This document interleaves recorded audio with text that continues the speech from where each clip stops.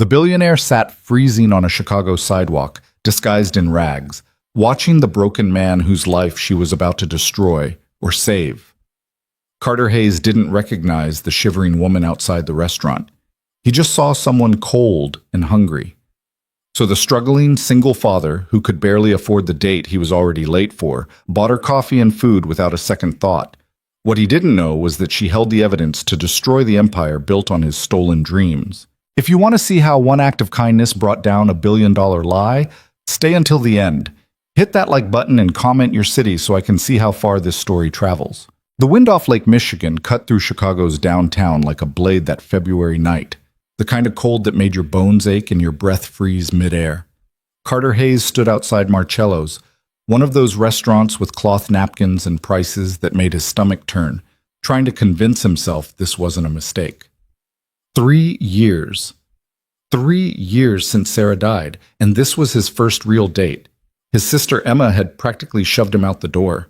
"You're 32, not dead," she'd said, adjusting his tie while his son Dylan watched cartoons in the next room. "Go, have dinner with a normal adult.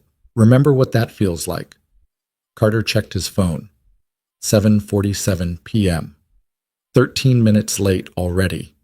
Chloe, the woman Emma had set him up with, was probably wondering if he'd stood her up. He should go inside. He'd borrowed this jacket from his brother-in-law. The reservation had his name on it. Everything was set. But his hand stayed frozen on the door handle. Through the glass, he could see couples laughing over wine, the soft glow of candles on white tablecloths, the easy comfort of people who belonged in places like this, people whose lives hadn't been gutted and left in pieces, people who weren't him anymore. He took a breath, tasting the metallic bite of winter air, and turned to pull open the door, then stopped. A woman sat on the concrete beside the entrance, her back against the brick wall. Young, maybe late 20s, early 30s. She wore a thin gray coat that had seen better years, no gloves, no hat. A paper cup sat empty beside her, and she had her arms wrapped tight around herself, trying to trap whatever warmth her body could still generate. Carter had walked past enough people on Chicago's streets to recognize the difference between professional panhandlers and real desperation. This woman wasn't performing. She was just cold. Really, genuinely cold. The kind that crept into your chest and made breathing hurt. Their eyes met for a second. She didn't ask for anything, didn't hold out the cup, just looked at him with this flat, exhausted expression that said she'd already decided he would walk past like everyone else. Carter glanced through the restaurant window again. He could see a woman sitting alone at a corner table, checking her phone. Probably Chloe. Probably annoyed. Probably about to leave. He looked back at the woman on the ground. "Hell," he muttered. 5 minutes later, he came back out carrying a to-go container of soup, a sandwich wrapped in paper, and a large coffee with extra cream. The woman blinked up at him, confused. "It's hot," Carter said, setting the coffee in her hands. "Be careful." She stared at the cup like she didn't trust it to be real. "I got you some food, too," he added, crouching down to set the container beside her. "Tomato soup. Probably better than it should be for a place this expensive, and there's a turkey sandwich if you don't like soup." The woman's fingers tightened around the coffee cup, and for a second, Carter thought he saw something crack in her expression, something raw underneath the careful blankness. "Thank you," she said quietly. Her voice was rougher than he expected, like she hadn't used it much recently. "Stay warm," Carter said, standing. "There's a shelter on West Monroe if you need somewhere tonight. About 6 blocks that way." She nodded, but didn't say anything else. Carter pulled open the restaurant door, shaking off the cold as he stepped into the warmth. A hostess in a black dress smiled at him professionally. "Reservation for Hayes," he said. "I'm running a little late." "Of course, sir. Right this way." She led him through the maze of tables toward the back corner where Chloe sat scrolling through her phone. She looked up as he approached, and Carter immediately clocked the slight tightness around her eyes. The universal expression of someone who'd been kept waiting and was trying to decide if she was annoyed or understanding. "Carter?" she asked, setting her phone down. "Yeah, sorry I'm late." He slid into the seat across from her, shrugging off his jacket. "Got held up." "No problem." Chloe's smile warmed a fraction. "I was starting to think Emma gave me the wrong guy." She was pretty in that careful, deliberate way some women managed. Dark hair pulled back, makeup precise, A blue dress that probably cost more than Carter's monthly grocery budget. Professional, put together, normal.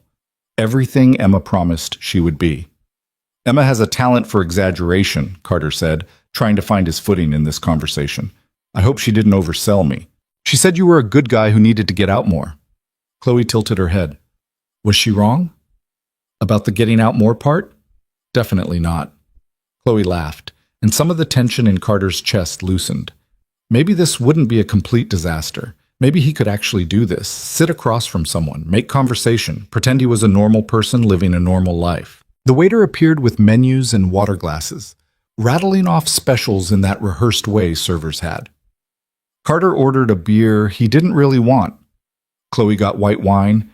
They made small talk about the weather, about how cold February in Chicago always felt, about how much they both hated winter. Safe topics, easy topics. So Emma mentioned you work in construction? Chloe asked after their drinks arrived. Yeah, small jobs mostly, renovations, repairs, that kind of thing. That's interesting. Do you enjoy it? Carter took a sip of beer, buying himself a second to figure out how to answer that. The truth was complicated. The truth was that he'd once been a senior architect at Vaughan and Associates, one of Chicago's most prestigious design firms. The truth was that he'd loved that work with an intensity that had defined most of his 20s. The creative problem solving, the technical challenges, the satisfaction of seeing something he'd imagined become real. But that was before. Before Sarah got sick. Before Richard Vaughan stabbed him in the back. Before his entire life collapsed, and he had to rebuild from scratch with a grieving 5-year-old who kept asking when Mommy was coming home. It pays the bills, Carter said finally. Keeps me busy. Chloe nodded like that was a perfectly acceptable answer, but Carter caught something in her expression, a flicker of disappointment maybe, like she'd been hoping for something more. What about you? He asked, redirecting. Emma said you work in marketing? Corporate communications, actually, for Sinclair Industries. The name registered somewhere in the back of Carter's mind. Big company. Billionaire CEO.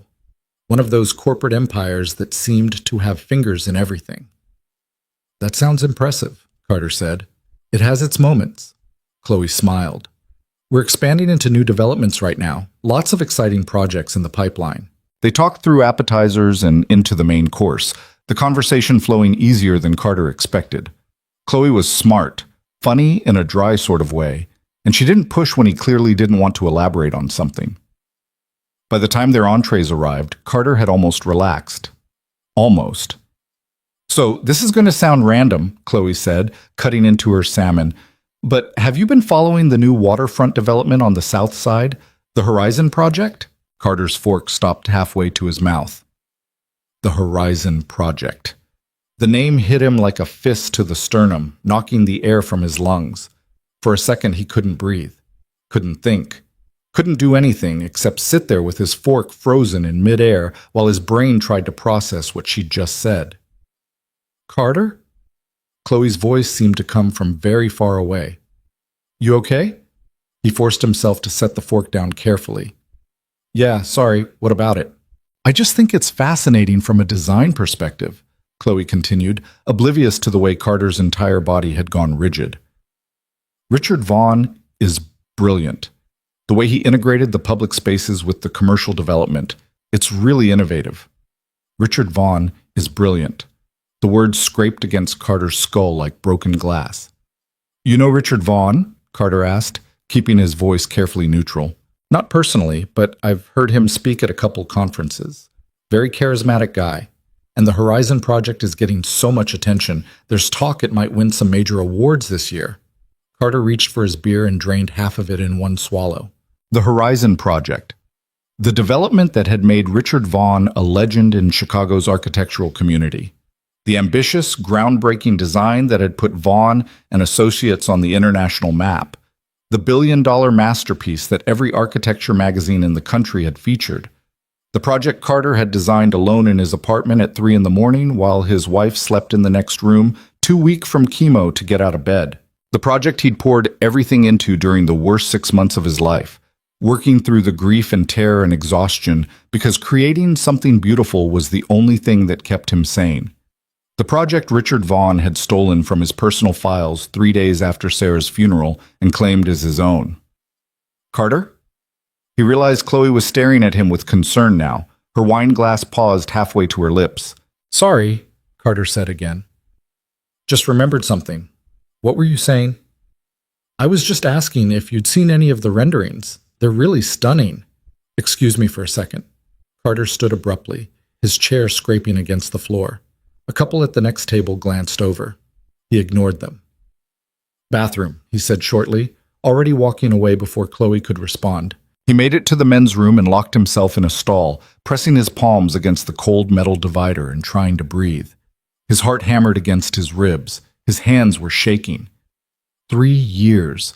It had been 3 years since Richard Vaughn destroyed his life, and Carter had built his entire existence around not thinking about it, around accepting that some injustices never got fixed, around focusing on Dylan and work, and getting through each day without falling apart. And now this woman, this stranger Emma had set him up with, was sitting in a restaurant praising Richard Vaughn's genius, praising the project Carter had created, calling the thief brilliant. Carter leaned his forehead against the stall divider and closed his eyes. Maybe this was the universe's way of telling him he wasn't ready, that he'd never be ready, that some parts of his old life were just gone and trying to move forward was pointless. He stayed there for maybe 2 minutes, maybe 5, breathing slowly until his heart rate came down and his hands stopped shaking. Then he straightened up, flushed the toilet for appearance's sake, and went to wash his hands. His reflection in the mirror looked tired, older than 32, like someone who'd been carrying something heavy for too long. Get it together, he told himself. Go back out there. Finish dinner. Be normal. He dried his hands and pushed back through the bathroom door. Chloe was on her phone when he returned to the table, but she set it down quickly as he sat. Everything okay? She asked. Yeah, fine. They ate in silence for a moment. Carter could feel the evening souring, the easy rapport from earlier evaporating into awkwardness.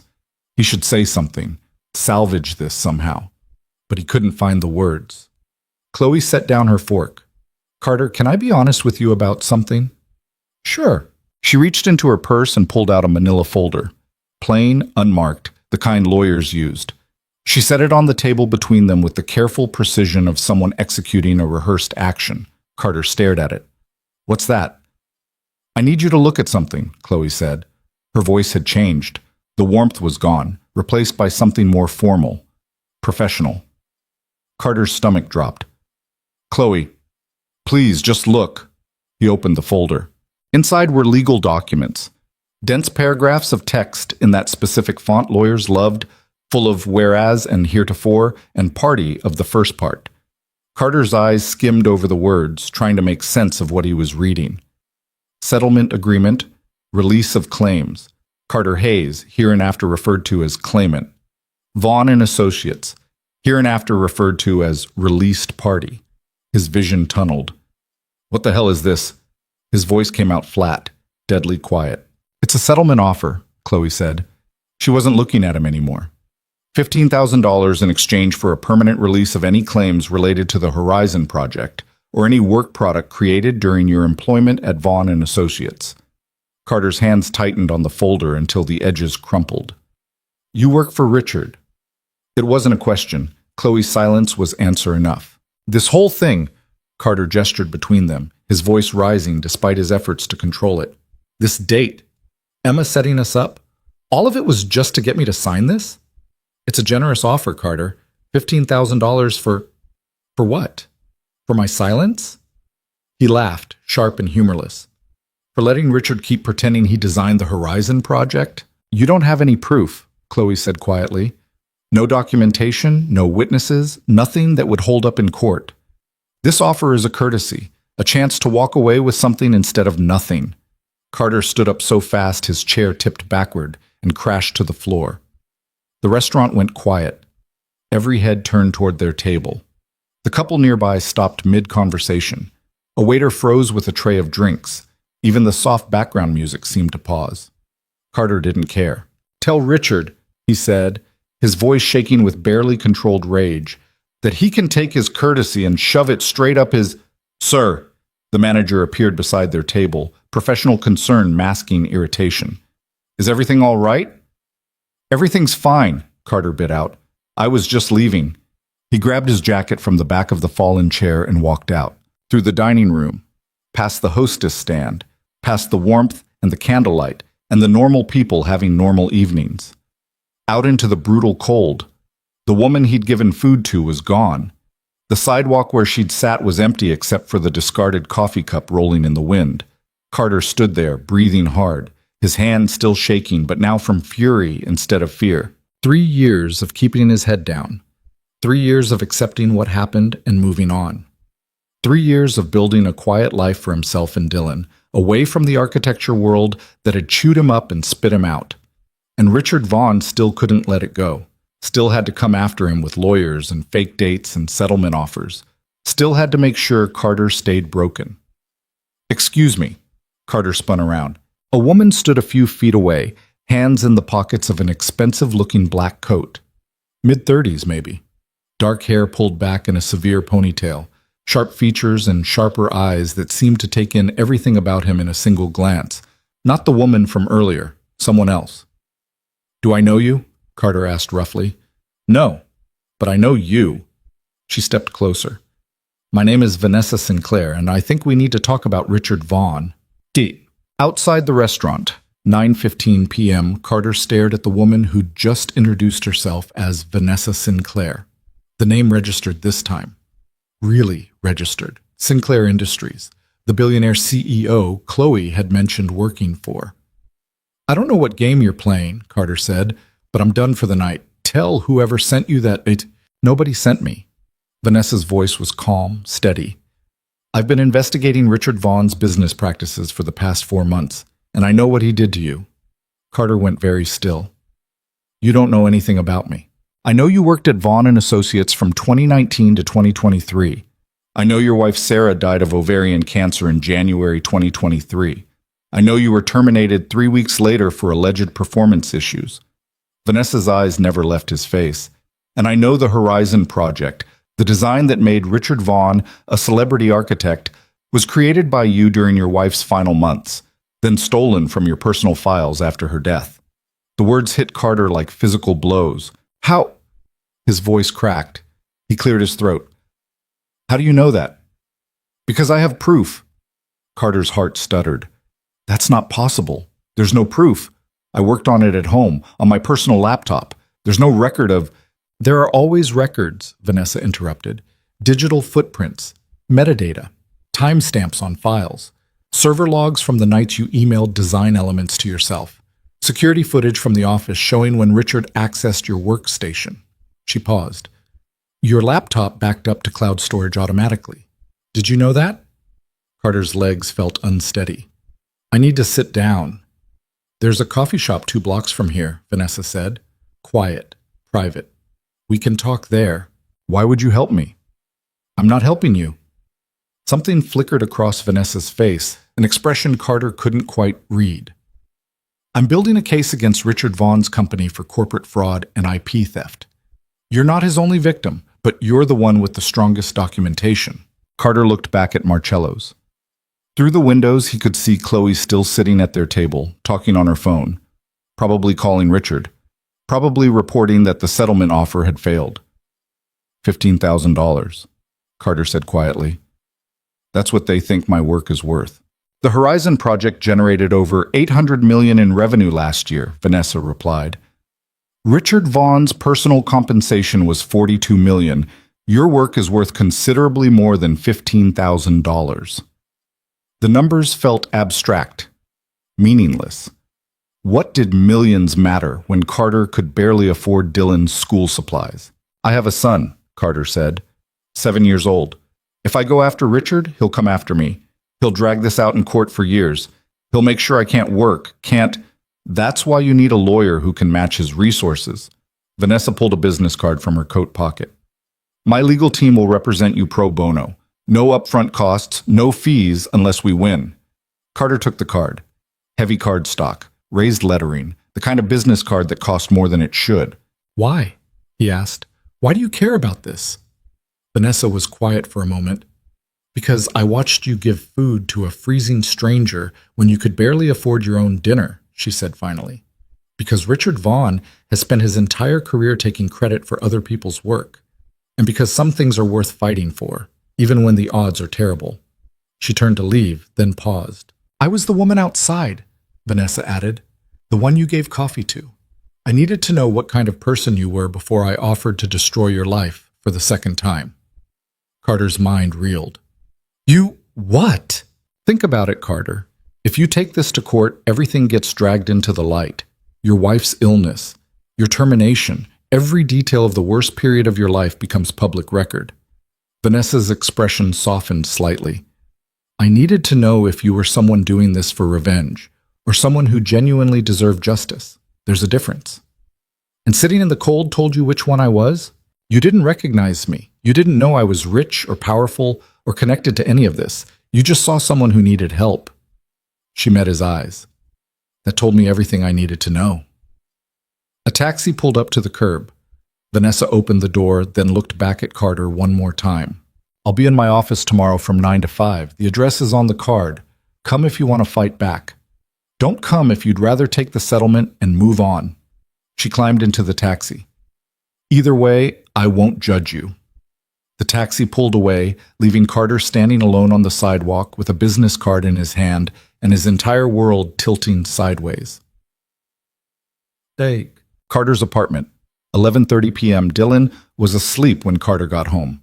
Emma looked up from the couch where she'd been reading, took one look at Carter's face, and set her book down. That bad? She asked. Carter hung up his jacket without answering. Carter, what happened? Your friend Chloe works for Richard Vaughn, he said flatly. The whole date was a setup to get me to sign a settlement agreement. Emma's mouth fell open. What? No, Carter, I swear I didn't. I know you didn't know. He rubbed his face tiredly. Richard's been planning this. He wanted to make sure I'd never have grounds to come after him for the Horizon project. That son of a... Emma caught herself, glancing toward Dylan's bedroom. What are you going to do? Carter pulled out Vanessa's business card and set it on the coffee table. Emma picked it up, her eyes widening. Sinclair Industries? Carter, this is... I know who she is. She wants to help you sue Richard? She has evidence, proof that I designed the Horizon project. Carter sank into the armchair across from his sister. Digital files, metadata, everything. Emma stared at him. Then you have to do it. Carter, this is your chance to... To what? Spend the next 3 years in court while Richard's lawyers tear apart every detail of my life? To put Dylan through that? He shook his head. I've already lost Sarah. Lost my career. I can't lose my son too. You won't lose Dylan. Richard will make it impossible for me to work. He'll drag my name through the press. He'll make sure every construction company in Chicago knows I'm suing my former employer. And for what? Money I'll spend on lawyers? Recognition I don't need anymore? Emma was quiet for a long moment. What did Sarah want you to do? She asked finally. The question hit Carter like a punch to the gut. He thought about Sarah in the hospital bed, too weak to sit up but still insisting Carter show her the latest designs, still asking questions about material costs and sightlines and structural integrity, even though every word exhausted her, still believing he could create something beautiful even when everything else was falling apart. She wanted me to build things that mattered, Carter said quietly, to not give up on the work just because it was hard. Then don't give up now. Carter looked at his sister, at the fierce determination in her eyes, so much like their mother's had been. I'm scared, he admitted. I'm so tired of fighting, Emma. And I'm scared that if I do this, I'll lose the only good thing I have left. Emma reached across and squeezed his hand. Dylan doesn't need you to be perfect. He needs you to show him what it looks like to stand up for yourself. She held up Vanessa's card. Go talk to her. Hear what she has to say, then decide. Carter took the card back and stared at the embossed lettering. Vanessa Sinclair, CEO, Sinclair Industries. A woman who'd sat in the freezing cold just to see what kind of person he was. A woman who probably had no reason to care about one broken architect's stolen work. A woman offering him something he'd thought was impossible. A chance to fight back. Okay, Carter said finally. I'll go talk to her. Emma smiled. Good. Now go check on your kid and get some sleep. You look like hell. Carter managed a weak laugh and headed toward Dylan's room. He pushed open the door quietly and stood in the doorway, watching his son sleep with the nightlight casting soft shadows across the race car bedsheets. Dylan looked so small, so fragile, so blissfully unaware of how complicated the world was about to get. I'm going to try, Carter whispered. I don't know if it'll work, but I'm going to try. Dylan shifted in his sleep, clutching his stuffed dinosaur closer. Carter stood there for a long time, memorizing this moment of peace before everything changed again. Then he closed the door and went to bed, knowing sleep wouldn't come easy, knowing tomorrow would alter the trajectory of his life, knowing that sometimes the scariest thing you could do was hope for something better. Carter didn't sleep. He lay in bed staring at the ceiling, watching the headlights from passing cars sweep across the plaster in slow arcs. Every time he closed his eyes, he saw that manila folder, the neat legal text, Chloe's careful, professional expression as she slid it across the table. $15,000 for his silence. $800 million in revenue from his work. The math didn't make him angry anymore. It just made him tired. At 6 a.m., he gave up on sleep and got out of bed. Dylan wouldn't be up for another hour, which gave Carter time to make coffee and stand at the kitchen window watching the city wake up. The sky was that particular shade of gray Chicago wore in winter. Not quite dark, not quite light, just existing somewhere in between. He pulled out Vanessa Sinclair's business card again. The address was downtown. Walking distance from Marcello's, actually. Some high-rise office building he'd probably passed 100 times without noticing. Emma's words echoed in his head. Dylan doesn't need you to be perfect. He needs you to show him what it looks like to stand up for yourself. But what if standing up meant losing everything they'd built? What if fighting back just made things worse? Carter was still turning the card over in his hands when Dylan padded into the kitchen in his dinosaur pajamas, hair sticking up at odd angles. "You're up early," Dylan said, climbing onto a stool at the counter. "Couldn't sleep." Carter pocketed the card and reached for the cereal. Cocoa Puffs or Cheerios? Cocoa Puffs, obviously. Dylan propped his chin on his hands.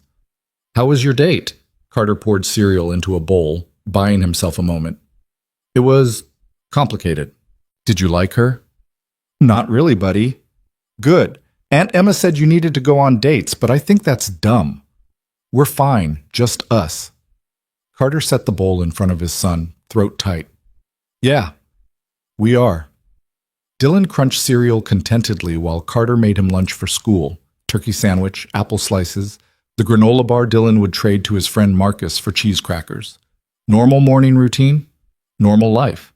Except nothing felt normal anymore. After dropping Dylan at school, Carter stood on the sidewalk and pulled out his phone. He had 3 voice messages from Emma, 2 texts asking if he was okay, and 1 missed call from a number he didn't recognize. He deleted Emma's messages without listening and stared at Vanessa's business card. 9 to 5, she'd said. "Come if you want to fight back." Carter checked the time. 8:47 a.m. He started walking. The Sinclair Industries building was one of those modern glass towers that reflected the sky so completely you could barely tell where the structure ended and the air began. Carter stood across the street for a solid 5 minutes, just looking at it. People in expensive suits flowed in and out of the revolving doors. Everyone moved with purpose, with direction, like they all knew exactly where they belonged. Carter used to move like that. Used to wear suits that fit properly and carry blueprints under his arm and stride into buildings like he owned them. Now he wore work boots and a canvas jacket with paint stains on the sleeve, and he felt like an imposter just standing on the sidewalk. He crossed the street anyway. The lobby was all marble and chrome, the kind of aggressively modern design that prioritized aesthetics over comfort. A security desk sat dead center, manned by a guard who looked like he bench-pressed cars for fun. "Help you?" the guard asked. "I have a meeting with Vanessa Sinclair." The guard's eyebrows rose slightly. "Name?" "Carter Hayes." The guard typed something into his computer, frowned, typed some more. "I don't see you on the schedule.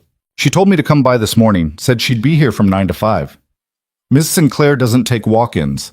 The guard's tone made it clear this conversation was over. "You'll need to make an appointment through her assistant."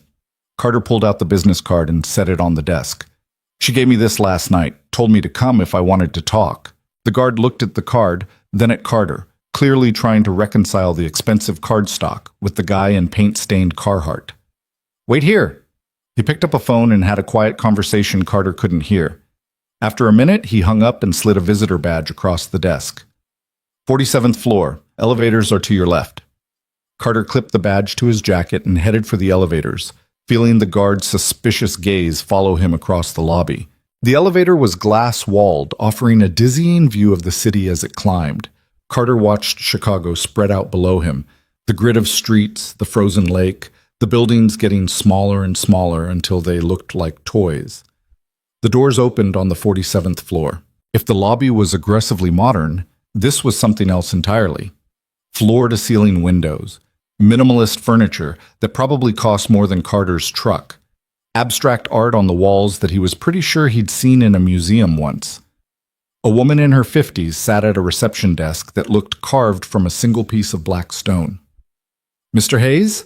she asked. "Yes." "Miss Sinclair is expecting you. This way, please."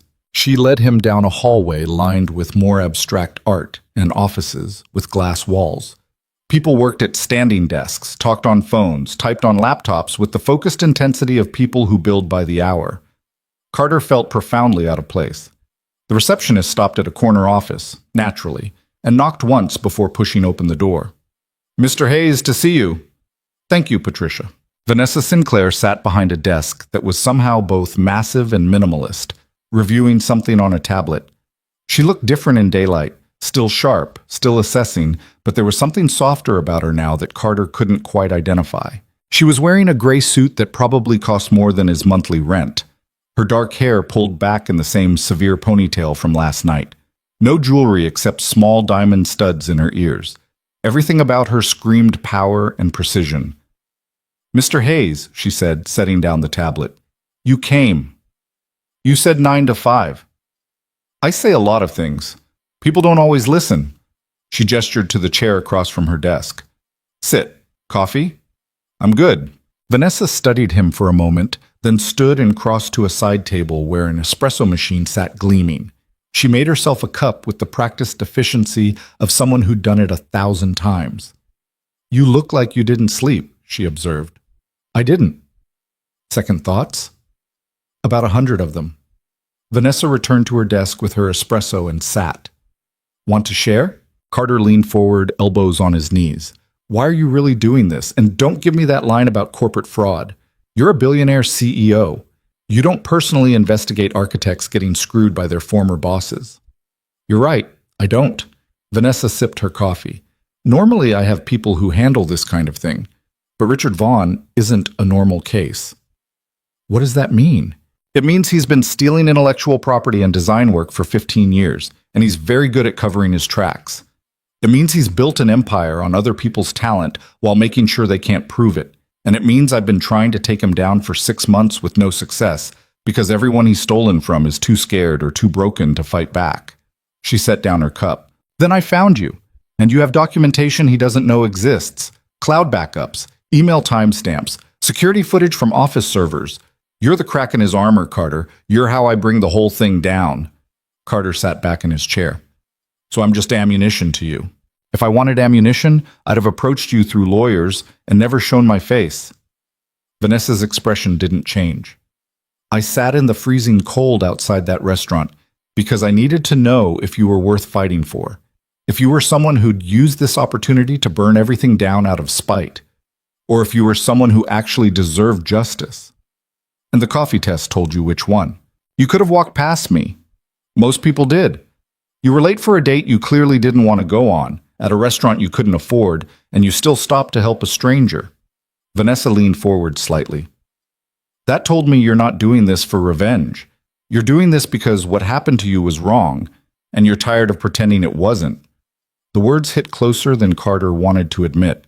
"I have a son," he said quietly, 7 years old. "If this goes wrong, if Richard comes after me the way I know he will, Dylan's the one who suffers." "If you take the settlement, what does Dylan learn?" Vanessa asked. "That when someone steals from you, you stay quiet and accept whatever scraps they throw your way?" "He learns that sometimes you have to choose between being right and being safe. And which one are you choosing? Carter didn't answer. Vanessa stood and walked to the floor-to-ceiling windows overlooking the city. From up here, Chicago looked clean and orderly. You couldn't see the rust or the grime or the people struggling just to get by. My father built this company from nothing, Vanessa said, her back still to Carter. Immigrant parents, worked 3 jobs to put himself through community college, started a small import business in a garage. By the time I was born, he'd turned it into a multi-million-dollar operation. She turned to face him.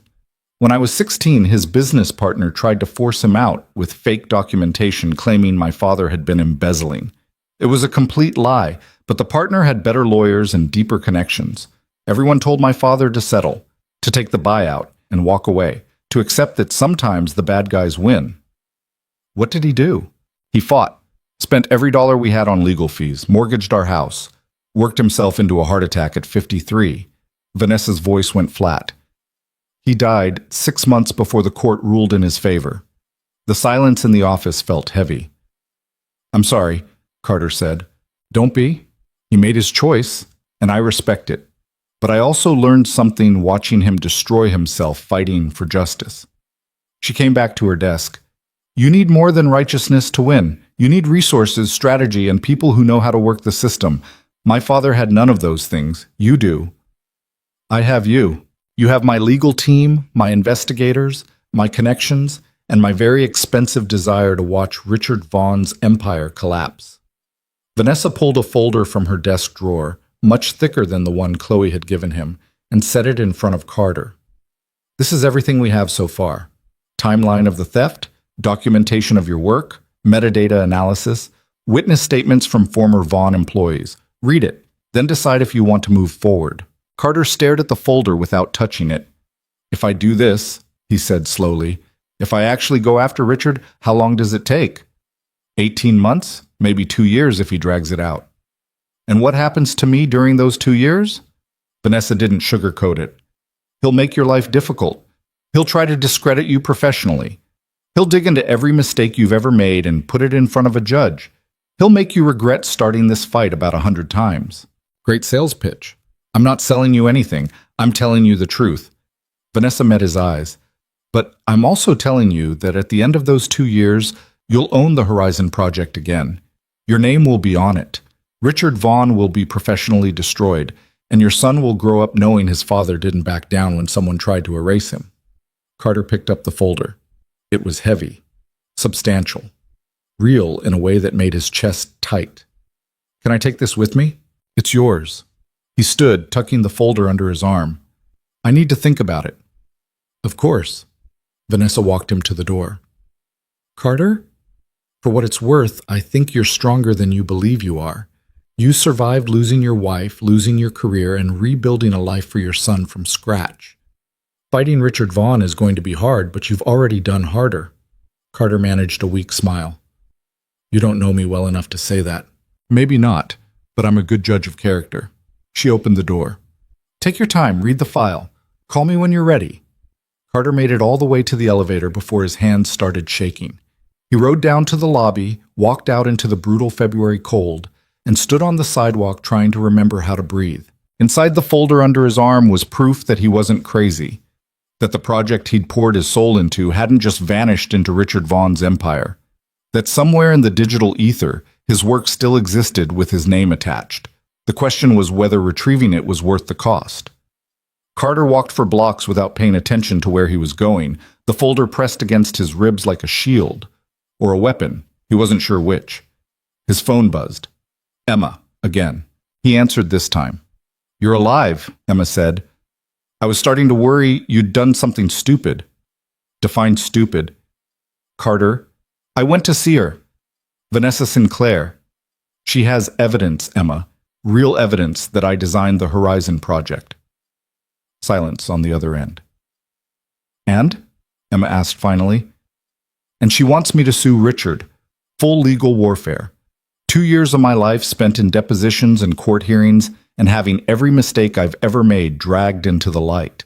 But you'd win. Maybe. Probably. She seems to think so. Carter stopped walking and realized he was standing in front of Sarah's favorite coffee shop. The place they used to meet on Sunday mornings before Dylan was born. But winning means putting Dylan through hell first. Dylan's tougher than you think. He shouldn't have to be tough. He's 7. He should be worried about homework and soccer practice, not whether his dad's name is going to be in the papers because he's suing some billionaire architect. Emma was quiet for a moment. What would Sarah tell you to do? Carter closed his eyes. He could almost see her sitting at their usual table by the window, hands wrapped around a chai latte, smiling at him over the rim. She'd tell me to stop being scared and build something worth building, he said quietly. Then maybe listen to her. She's dead, Emma, and I'm still here trying to figure out how to keep going without her. I don't have the energy for this fight. Yes, you do. You just don't want to admit it. Emma's voice softened. Look, I'm not going to tell you what to do. This is your decision. But I watched you spend 3 years making yourself smaller and smaller, trying to fit into this safe little life where nothing could hurt you. And I've seen what that's done to you, Carter. You're not happy. You're just existing. The words stung because they were true. What if I lose? What if you win? Carter didn't have an answer for that. He ended the call and went into the coffee shop, ordering Sarah's usual chai latte out of habit before realizing what he'd done. He almost canceled it, then didn't. The barista made it exactly the way Sarah always liked it, extra foam, cinnamon on top. Carter took it to the table by the window and sat. The folder sat in front of him, demanding to be opened. He pulled out the first page. It was a timeline. Dates and events laid out in clinical precision. September 2022. Carter Hayes begins preliminary design work on waterfront development project on personal laptop at home, while primary caretaker for terminally ill spouse. October 2022 to December 2022. Continued development of project. Multiple cloud backups automatically generated. Email correspondence with self-containing design iterations and notes. January 15th, 2023. Sarah Hayes deceased. January 22nd, 2023. Carter Hayes terminated from Vaughn and Associates for alleged performance issues. January 25th, 2023. Richard Vaughn accesses Carter Hayes' cloud storage using credentials obtained from HR records.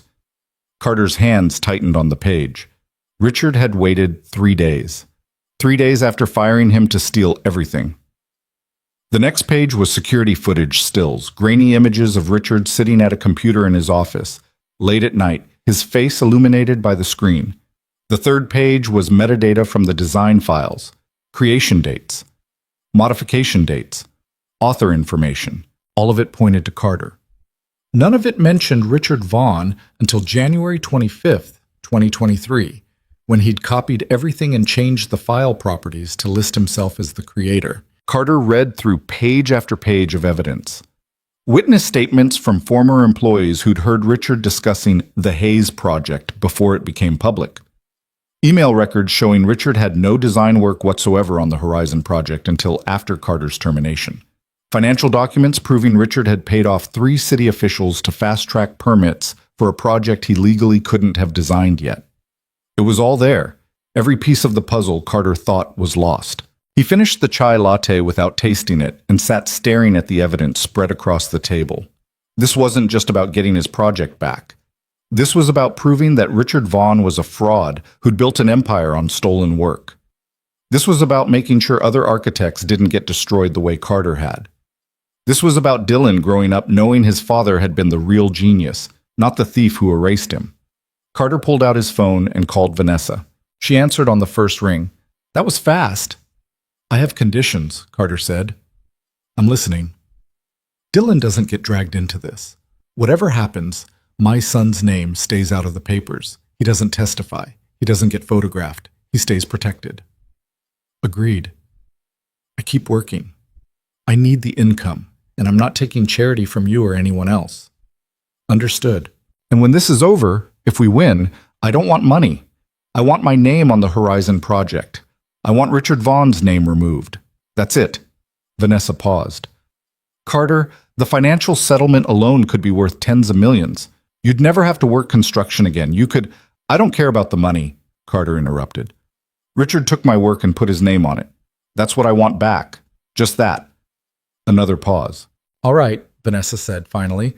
I'll have my lawyers draw up an agreement reflecting your conditions. Can you come back to my office tomorrow morning? Yeah. Good. And Carter? What? You're doing the right thing. Carter ended the call and started gathering the papers back into the folder. He was doing something anyway. Whether it was right or stupid or suicidal, he'd figure out later. For now, he was done being quiet. For now, he was fighting back. He left the coffee shop and headed home, the folder under his arm feeling lighter than it should.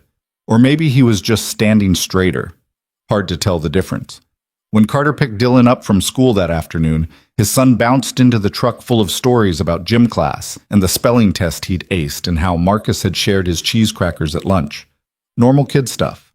Normal life. Carter listened and responded and tried not to think about how much that normalcy was about to change. That night, after Dylan went to bed, Carter sat at the kitchen table and opened his laptop for the first time in months. He logged into his old cloud storage account, the one he'd stopped using after Sarah died because looking at their shared photos hurt too much. The files were all still there. Sarah's ultrasound images from when she was pregnant with Dylan. Birthday videos. Photos from their honeymoon in Seattle. The digital detritus of a life that used to be. And buried in a folder marked Work, Personal, every single iteration of the Horizon project. Preliminary sketches. 3D models. Material specifications. Cost analyses, notes to himself about sight lines and traffic flow and how to integrate public green space without sacrificing commercial viability. Hundreds of hours of work, thousands of decisions, every piece of his soul that he'd poured into creating something beautiful while Sarah was dying in the next room. Richard Vaughn had stolen all of it, had claimed it as his own, had built a billion-dollar empire on Carter's grief. Carter's hands curled into fists on the table. Tomorrow he'd go back to Vanessa's office and sign whatever needed signing. He'd meet with lawyers and investigators and start the long, brutal process of proving the truth. Tonight, he just sat there looking at the designs he'd created, remembering what it felt like to build something that mattered, remembering why he'd become an architect in the first place. His phone buzzed. A text from Vanessa. My legal team wants to meet you tomorrow at 10 a.m. Bring any original files you still have access to. And Carter? Get some sleep. You're going to need it. Carter typed back a simple okay and closed his laptop. Sleep wasn't going to happen. He knew that. But he could at least lie down and pretend. He checked on Dylan one more time before going to his own room. His son was sprawled across the bed in that boneless way kids slept, completely at peace with the world. Carter stood in the doorway for a long time, memorizing this moment before everything got complicated. I'm going to fix this, he whispered. I don't know how, but I'm going to fix this. Dylan didn't stir. Carter closed the door and went to bed, knowing that tomorrow would mark the beginning of something he couldn't take back, knowing that he'd made his choice, knowing that sometimes the scariest thing you could do was stop accepting the world the way it was and start fighting for the world it should be. Even if the fight destroyed you, even if you lost, at least you'd gone down swinging. Carter showed up at Vanessa's office at 9:45 a.m. carrying a weathered laptop bag that had seen better days. The same security guard from yesterday gave him a look that suggested he still didn't belong here, but at least this time Carter's name was in the system. The elevator ride felt longer today, or maybe he was just more aware of how high he was climbing, how far there was to fall. Patricia was waiting when the doors opened, same efficient smile as before. Conference room B, she said. Ms. Sinclair and the legal team are already inside. She led him down a different hallway this time, past more glass-walled offices where people worked with the kind of focused intensity that came from billing $400 an hour. The conference room was massive, floor-to-ceiling windows overlooking the lake, a table that could seat 20, and enough technology built into the walls to run a small country. Vanessa sat at the head of the table with three people Carter didn't recognize. Two men in their 50s wearing suits that probably cost more than Carter's truck, and a woman maybe 40 with sharp eyes and silver-streaked hair pulled into a tight bun. Carter, Vanessa said, standing. Thanks for coming. This is Marcus Chen, lead litigation attorney, David Rothstein, corporate fraud specialist, and Jennifer Walsh, our lead investigator. Carter shook hands with each of them, acutely aware of his work boots on their expensive carpet. Please, sit, Marcus said, gesturing to a chair. Can we get you anything? Coffee? Water? I'm good. Marcus opened a leather portfolio and pulled out several documents. Ms. Sinclair brought us up to speed on your situation. Before we proceed, I want to make sure you understand what you're signing up for here. Vanessa gave me the overview. The overview doesn't cover it, Jennifer said bluntly. Richard Vaughn has been playing this game for 15 years. He knows every trick, every loophole, every way to make your life miserable while staying just inside legal boundaries. This isn't going to be clean. I didn't expect clean. Good. Because he's going to come after your credibility first. Your termination from Vaughn and Associates.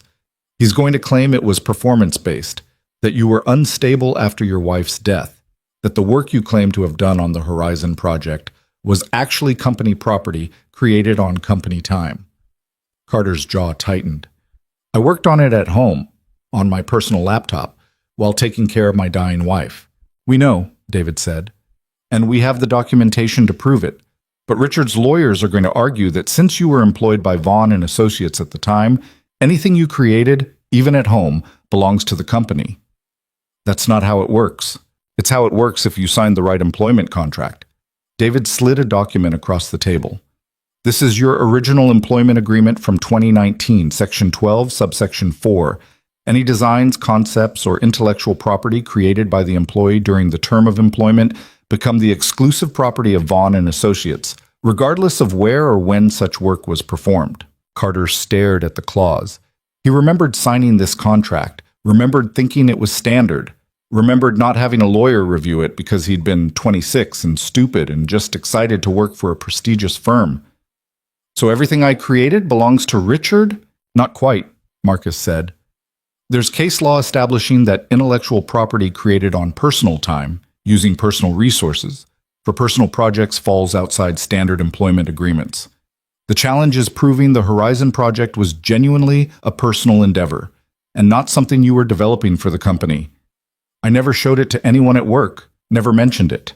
I was designing it for myself. Why? Jennifer asked. What? Why were you designing a billion-dollar waterfront development for yourself? What was the purpose? Carter looked down at his hands. My wife was dying. I couldn't control that. Couldn't fix it. Couldn't do anything except watch her get weaker every day. So I built something. Something I could control. Something beautiful and functional and real. It kept me sane. The room was quiet for a moment. That's good, Marcus said finally. That's a narrative a jury can understand. The grieving husband channeling his pain into creative work. Richard Vaughn stealing that work 3 days after you buried your wife. It plays badly for him. This isn't about playing to a jury, Carter said. This is about the truth. The truth matters, Vanessa interjected. But so does how we present it. Richard is going to paint you as a disgruntled former employee trying to cash in on his success. We need to make sure the judge and the public see what really happened. Carter pulled the hard drive from his laptop bag and set it on the table. This has every design file, every iteration, every note I made to myself at 3 in the morning when I couldn't sleep because Sarah was having a bad night. The timestamps will show exactly when I created each piece. Jennifer picked up the drive carefully, like it was made of glass. We'll need to have this forensically analyzed, create a chain of custody, verify the metadata hasn't been tampered with. I haven't touched those files in 3 years. I believe you, but we need to prove it in court. She slipped the drive into an evidence bag. I'll have our tech team start on this today. David leaned forward. Carter, I need to ask you something, and I need you to be completely honest. Is there anything in your past, anything at all, that Richard could use against you? DUIs, arrests, financial problems, affairs, anything that could damage your credibility? No. I've been clean my whole life, never even got a speeding ticket. What about after your wife died? Depression, substance abuse, erratic behavior? Carter's hands clenched under the table. I was grieving. I saw a therapist for a few months, took some time to figure out how to be a single parent, but I didn't fall apart, if that's what you're asking. I'm asking because Richard's team will dig into every aspect of your life. They'll talk to your neighbors, your son's teachers, anyone who might have seen you at a low moment. They'll try to build a picture of someone unstable and unreliable. Let them dig, Carter said flatly. They won't find anything. Marcus made a note on his legal pad. All right, let's talk timeline. We'll file the initial complaint within the week. Richard will have 30 days to respond. Discovery will take several months. That's when both sides exchange evidence and take depositions. Then we'll likely face a motion to dismiss, which we'll fight. If we survive that, we're looking at trial in about 18 months. And during those 18 months, you live your life as normally as possible. Don't discuss the case with anyone except this team. Don't post about it on social media. Don't engage with reporters if they contact you. And absolutely do not have any direct contact with Richard Vaughn or anyone from his company. What about work? Keep your construction jobs. Maintain your routine. Show the court you're not doing this for money. You're doing this for justice. Marcus paused. But be prepared for Richard to make things difficult. He has connections all over Chicago. Contractors might suddenly stop calling. Projects might dry up. It's not legal retaliation, but it's hard to prove. I've dealt with worse. Vanessa spoke up. If your income takes a hit because of this case, we'll make sure you're covered. Off the books, no strings attached. Your son doesn't suffer because you're doing the right thing. I told you I don't want charity. It's not charity. It's making sure Richard can't starve you out before we get to trial. Her expression left no room for argument. Dylan's welfare isn't negotiable. Carter wanted to push back, but the truth was, he couldn't afford to lose work. Not with Dylan's school costs and rent and everything else. Pride was expensive, and he'd used up most of his these past 3 years. Fine, he said quietly, but I pay it back when this is over. We'll discuss that later, Vanessa said in a tone that meant they definitely wouldn't. Jennifer pulled out her own folder. I've been investigating Richard's operation for 6 months now. What we've found is a pattern going back to 2008. At least 9 architects whose work Richard claimed as his own. Most of them were junior employees, easy to intimidate. A few were contractors he hired for specific projects, then cut out of credit. You're the first case where we have solid digital evidence. What happened to the others? 2 took settlements and signed NDAs. 3 left the industry entirely. 1 moved to Europe. The rest just gave up. Jennifer met his eyes. Richard is very good at making people feel like fighting back is pointless. How does he keep getting away with it? Money, connections, and a complete lack of conscience. David tapped the table. He donates heavily to city council members, sits on the board of the Chicago Architecture Foundation, has lunch with the mayor twice a month. When someone accuses him of theft, his network closes ranks, and that person gets shut out of every major project in the city. So even if we win, I'm blacklisted. Possibly, Marcus said, but we're not just going after Richard in civil court. If we prove corporate fraud, the U.S. Attorney's Office might get involved. Criminal charges. That changes everything. Carter sat back in his chair, trying to process the scope of what they were describing. This wasn't just about getting his name on the Horizon project. This was about potentially sending Richard Vaughn to prison. I need to think about this, he said. You've already agreed to move forward, Vanessa reminded him. I agreed to sue for credit on my work. Criminal charges are different. Carter ran a hand through his hair. That's a whole other level. It's the same case, Marcus said. If we prove Richard stole your intellectual property and profited from it, that's fraud. The criminal prosecution happens independent of our civil suit. But it makes me a witness in a criminal trial. It puts me even more in the spotlight. Yes. Carter stood and walked to the windows. The lake stretched out below, gray and choppy under the winter sky. From up here, the city looked orderly and manageable. You couldn't see the people struggling, couldn't see the broken parts. My wife used to say the hardest thing about dying wasn't the pain, he said quietly. It was knowing she'd miss Dylan growing up, that she wouldn't see him graduate or get married or become whoever he was going to be. She made me promise I'd give him a good life, a stable life. He turned back to the room. If I do this, if I go all the way with criminal charges and media attention and everything, I'm not giving him stability. I'm giving him chaos. You're giving him the truth, Vanessa said. You're showing him that when someone wrongs you, you don't just accept it. You fight back. Easy for you to say. You're not raising a 7-year-old alone.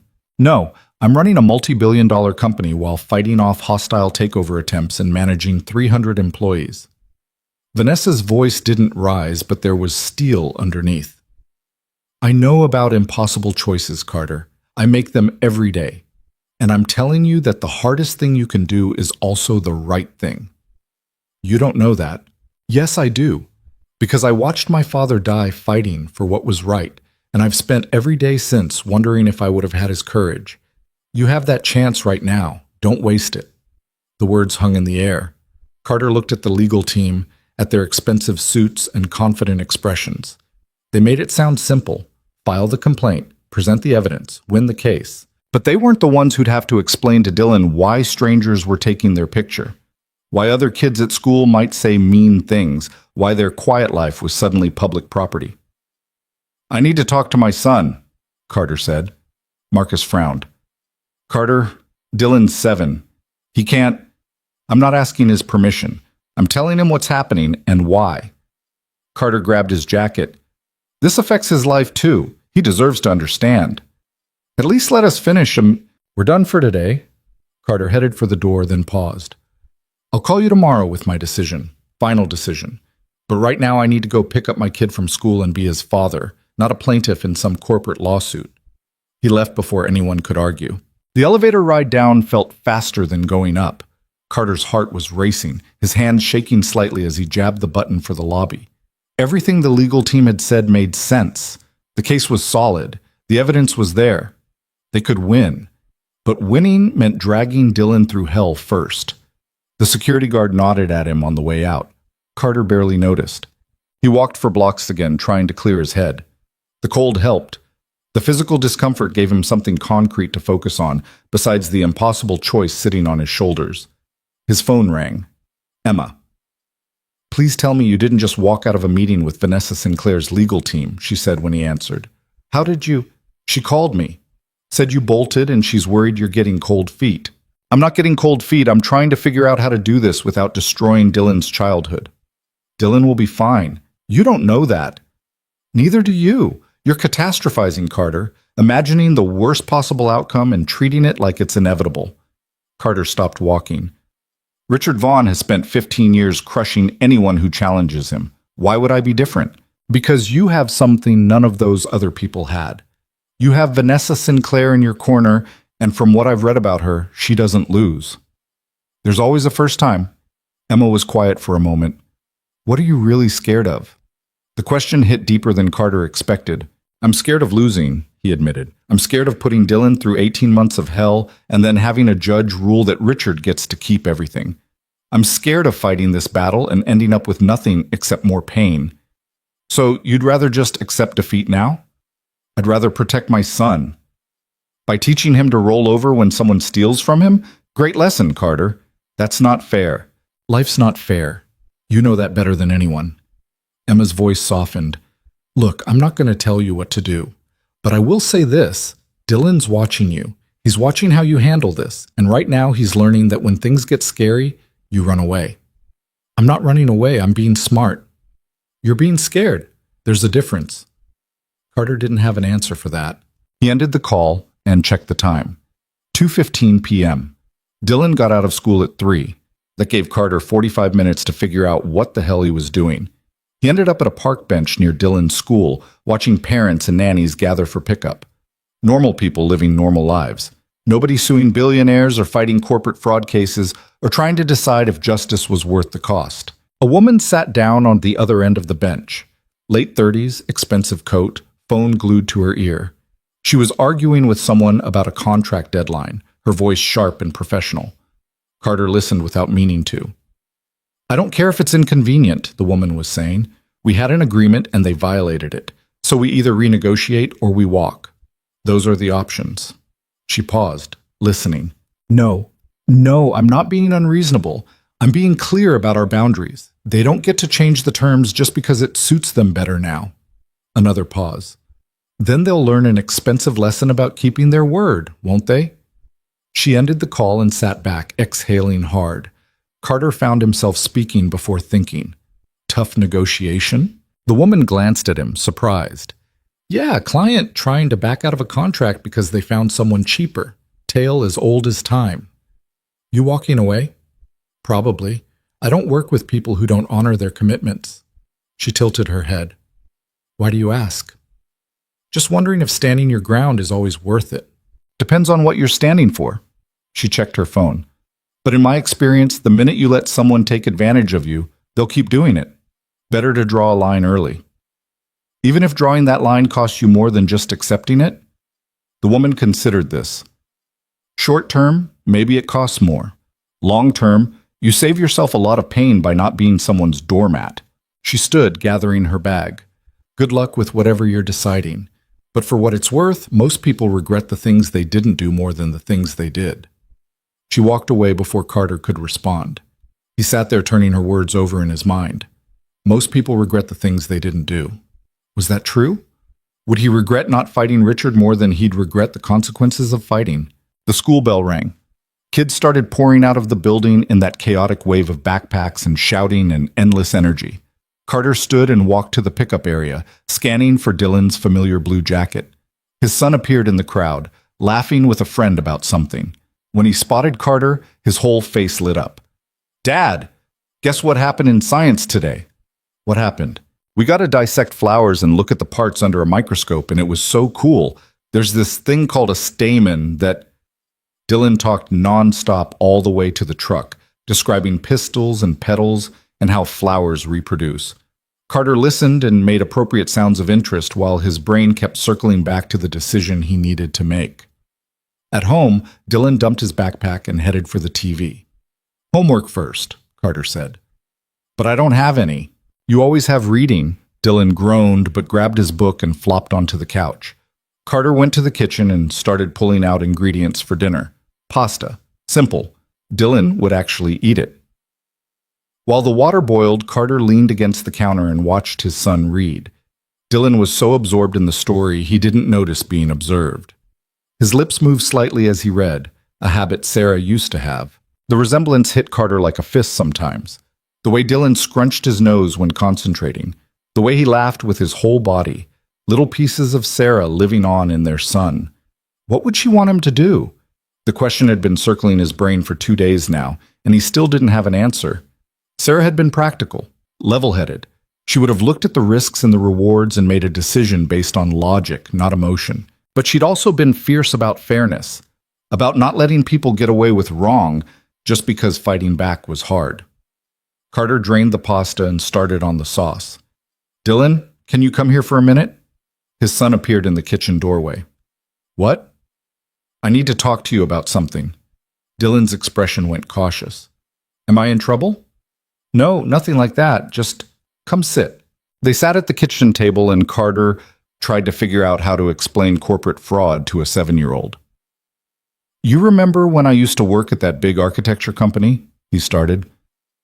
"Before Mom died." "Right. Well, while I was there, I designed a really important building, a huge project on the waterfront. I worked on it at home, on my own time, because it was something special I was creating." Dylan nodded, listening. "When Mom died and I left the company, my old boss stole that design. He told everyone he created it, and he made a lot of money from my work. That's not fair." "No, it's not. And for a long time I just accepted it because I was too tired to fight, and I needed to focus on taking care of you." "But now you want to fight?" Carter met his son's eyes. "There's a lawyer, a very powerful woman, who has proof that I created that building. She wants to help me sue my old boss and get credit for my work.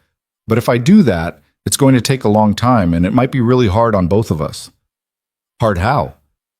"People might say mean things about me in the news. Other kids might ask you questions.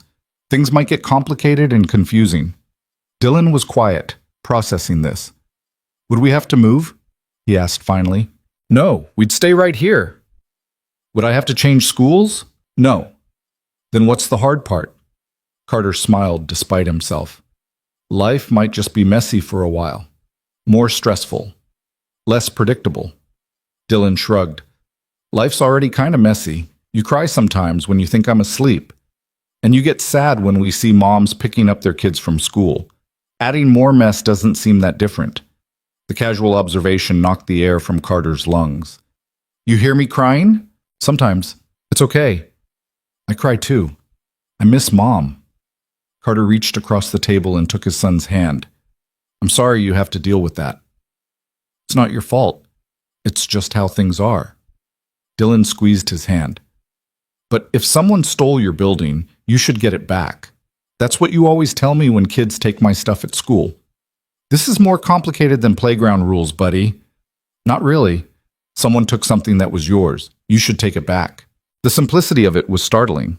Carter had been thinking about this as impossible choice between justice and stability, between fighting and protecting, between what was right and what was safe. But Dylan saw it clearly. Someone stole something, and you get it back. What if getting it back means things are hard for a while? Carter asked. Then they're hard. We've been through hard before. Dylan pulled his hand free and stood up. Can we eat now? I'm starving. Just like that, the conversation was over. For Dylan, the answer was obvious. Carter served dinner and they ate while Dylan talked about his friend Marcus's upcoming birthday party and whether he should ask for a new bike for his own birthday in April. Normal kid concerns. Normal life. After Dylan went to bed, Carter sat at the kitchen table with his phone in his hand. He pulled up Vanessa's number and typed out a message. I'm in. File the complaint. I'll do whatever needs to be done. He stared at the text for a solid minute before hitting send. The response came back almost immediately. Good. We'll start first thing Monday morning. Get some rest this weekend. It's going to be a long fight. Carter set down his phone and sat in the quiet kitchen, listening to the apartment settle around him. He'd just committed to a legal battle that would consume the next 2 years of his life. That would put him under a microscope. That would test every bit of strength he had left. But for the first time in 3 years, he felt like he was moving forward instead of just surviving. And maybe that was worth the cost. Maybe. The complaint hit Richard Vaughn's desk on a Tuesday morning in March, delivered by a process server who caught him leaving his favorite breakfast spot in River North. Carter knew this because Jennifer called him 20 minutes later with the news, her voice carrying barely concealed satisfaction. He looked like someone kicked his dog, she said, stood on the sidewalk reading the first page over and over like he couldn't believe what he was seeing. Carter was replacing a rotted section of deck on a house in Lincoln Park when the call came. He set down his drill and stepped away from the noise. What happens now? Now he calls his lawyers. They file a response within 30 days. Then discovery starts and things get messy. Jennifer paused. How are you holding up? I'm fine. You're allowed to be nervous, you know. I said I'm fine. He wasn't fine. He'd barely slept since sending that text to Vanessa. Every time he closed his eyes, he saw Richard's face from the security footage, that cold calculation as he'd stolen Carter's files. Every morning he woke up wondering if he'd made a catastrophic mistake.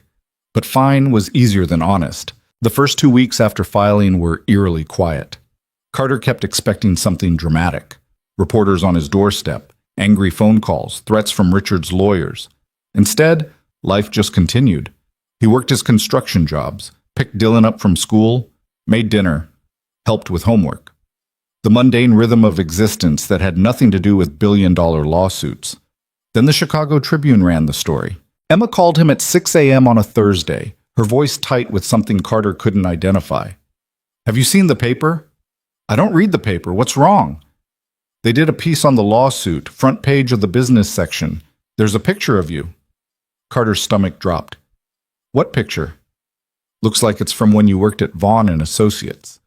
You're wearing a suit, standing in front of some rendering. You look... Emma paused. You look happy. Carter remembered that photo. Sarah had taken it during the opening of a small community center he'd helped design early in his career. Before Dylan. Before cancer. Before everything fell apart. He looked happy because he had been happy. What does the article say? Hold on, I'll read it. Paper rustled on the other end. Former Vaughn and Associates architect Carter Hayes has filed suit against prominent developer Richard Vaughn, alleging theft of intellectual property related to the award-winning Horizon project. Hayes claims he designed the billion-dollar waterfront development while employed at the firm, and that Vaughn misappropriated the work after Hayes' termination in 2023. The suit, backed by legal representation from Sinclair Industries, seeks damages and public acknowledgement of Hayes' authorship. Vaughn's office declined to comment on pending litigation. Emma stopped reading. There's more, she said quietly. They mentioned Sarah. They mentioned that you were terminated shortly after her death. They basically lay out your whole life. Great. Carter, I have to get Dylan to school. I'll call you later. He hung up before Emma could push further. Dylan was eating cereal when Carter came back into the kitchen, oblivious to the fact that his father's private pain was now public consumption. You okay, Dad? You look weird. I'm fine. Finish your breakfast. At Dylan's school, Carter noticed the looks, other parents whispering, a mom he vaguely recognized from PTA meetings quickly looking away when he made eye contact, the kind of attention that made his skin crawl. One father Carter had talked to a few times at pickup approached as Dylan ran inside. Saw the article, the man said. That's rough, man. Going after Richard Vaughn. Yeah, my brother's an architect. Says everyone in the industry knows Vaughn's a snake, but nobody's been able to prove it. The man clapped Carter on the shoulder. Good luck. Hope you nail him. The unexpected support caught Carter off guard. Thanks. Seriously, guys like that need to be held accountable. Carter drove to his job site feeling slightly less alone. Maybe this wouldn't be complete social suicide. Maybe some people actually understood. That optimism lasted until he got a call from the contractor who'd hired him for the deck job. Carter, hey, listen, I've got some bad news. Carter's hands tightened on the steering wheel. Let me guess. You're letting me go. It's not personal, it's just Richard Vaughn sits on the board of the Contractors Association. I can't afford to have him blackball me over this. I understand. I really am sorry, man. You do good work. Sure. Carter hung up and sat in his truck, staring at nothing. So it was starting. The professional isolation Jennifer had warned about. Richard flexing his connections to make sure Carter couldn't earn a living. His phone rang again. Another contractor. Same story, different words. Then a third call. This one from a property manager who'd used Carter for repair work. All apologetic. All cutting ties. By noon, Carter had lost 3 jobs and 2 potential contracts that had been in negotiation. He called Vanessa. They're blacklisting me, he said flatly. Every contractor in the city is dropping me because they're scared of Richard. I know. Jennifer's been monitoring the calls. You've been monitoring my phone? We're monitoring Richard's network, which includes tracking who he's been contacting over the past 48 hours. Vanessa's voice was calm, unbothered. He reached out to 17 different industry contacts yesterday, all of them people you've worked with or solicited work from. That's witness tampering or intimidation or something illegal. It's technically legal as long as he doesn't explicitly threaten anyone. He's just letting people know about pending litigation and suggesting they might want to distance themselves from potential legal complications.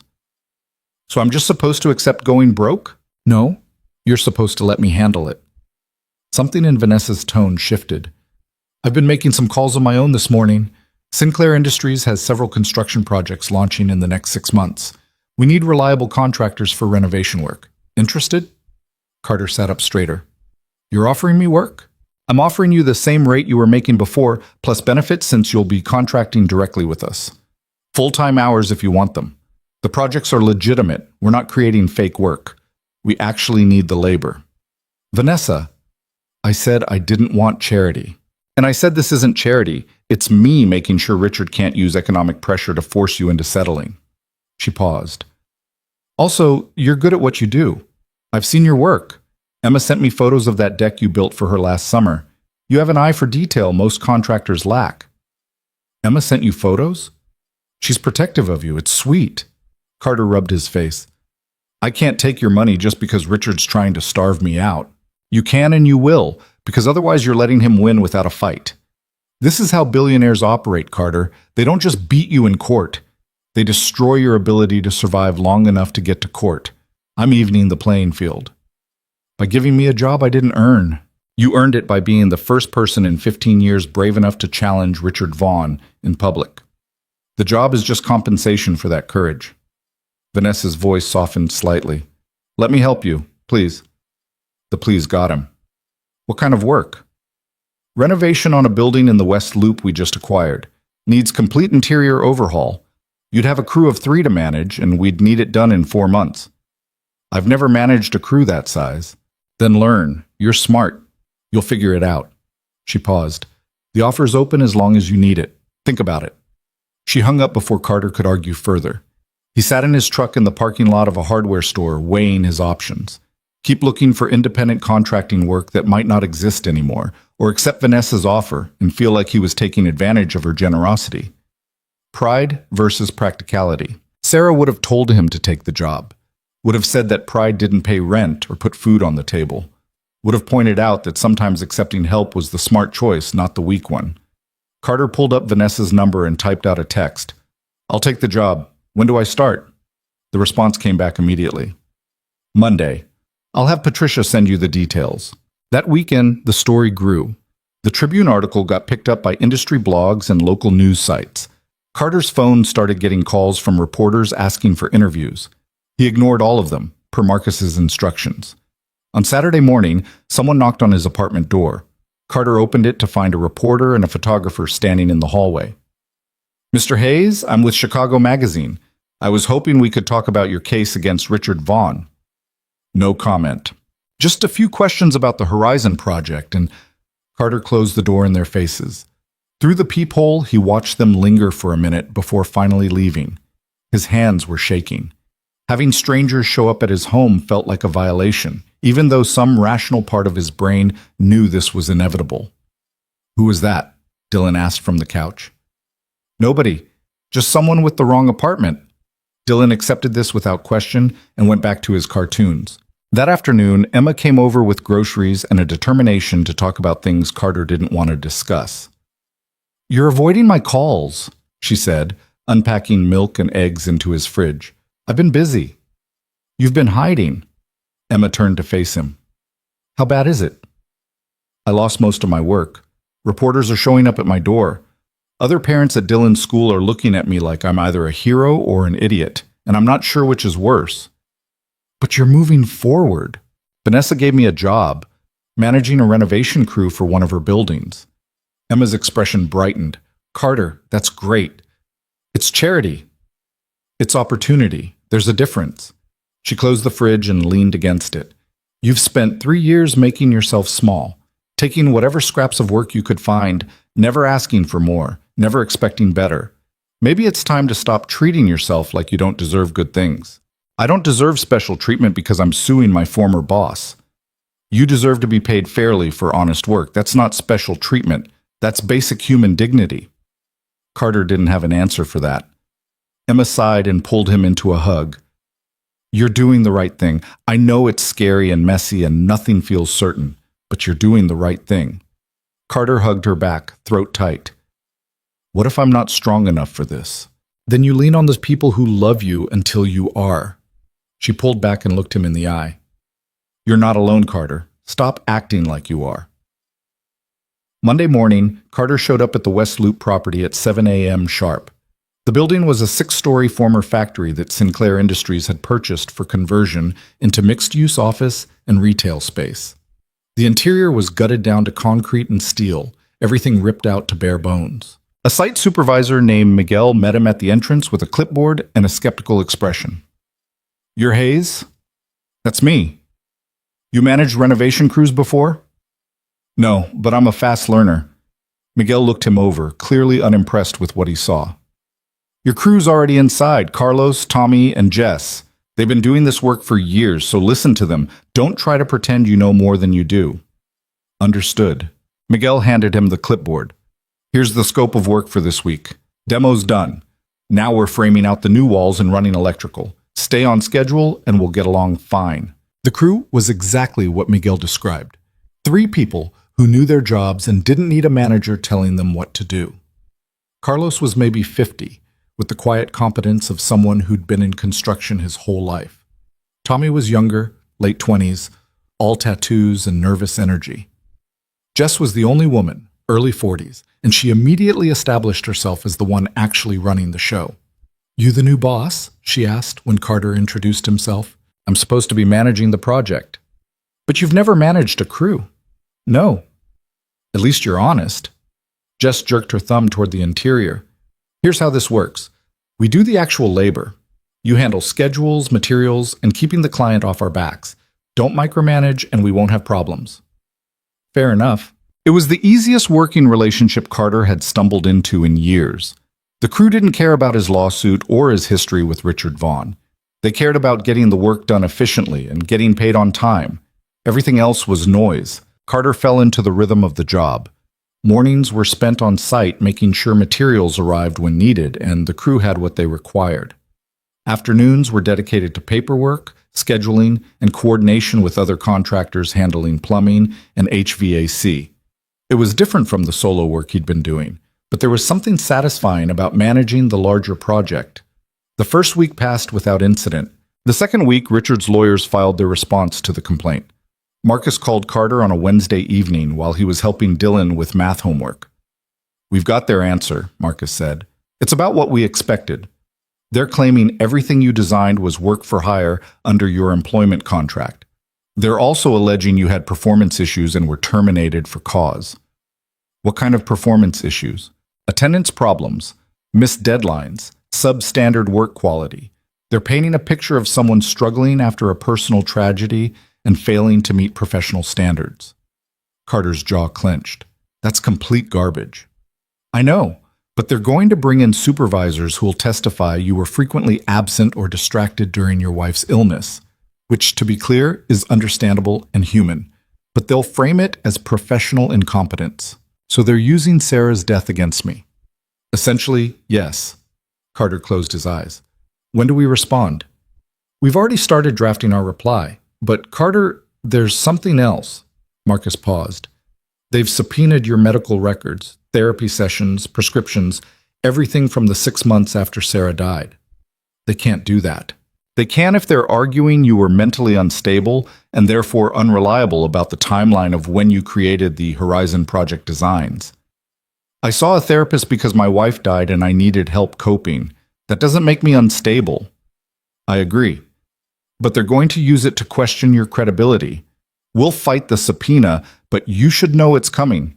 After hanging up, Carter sat at the kitchen table staring at Dylan's math worksheet without seeing it.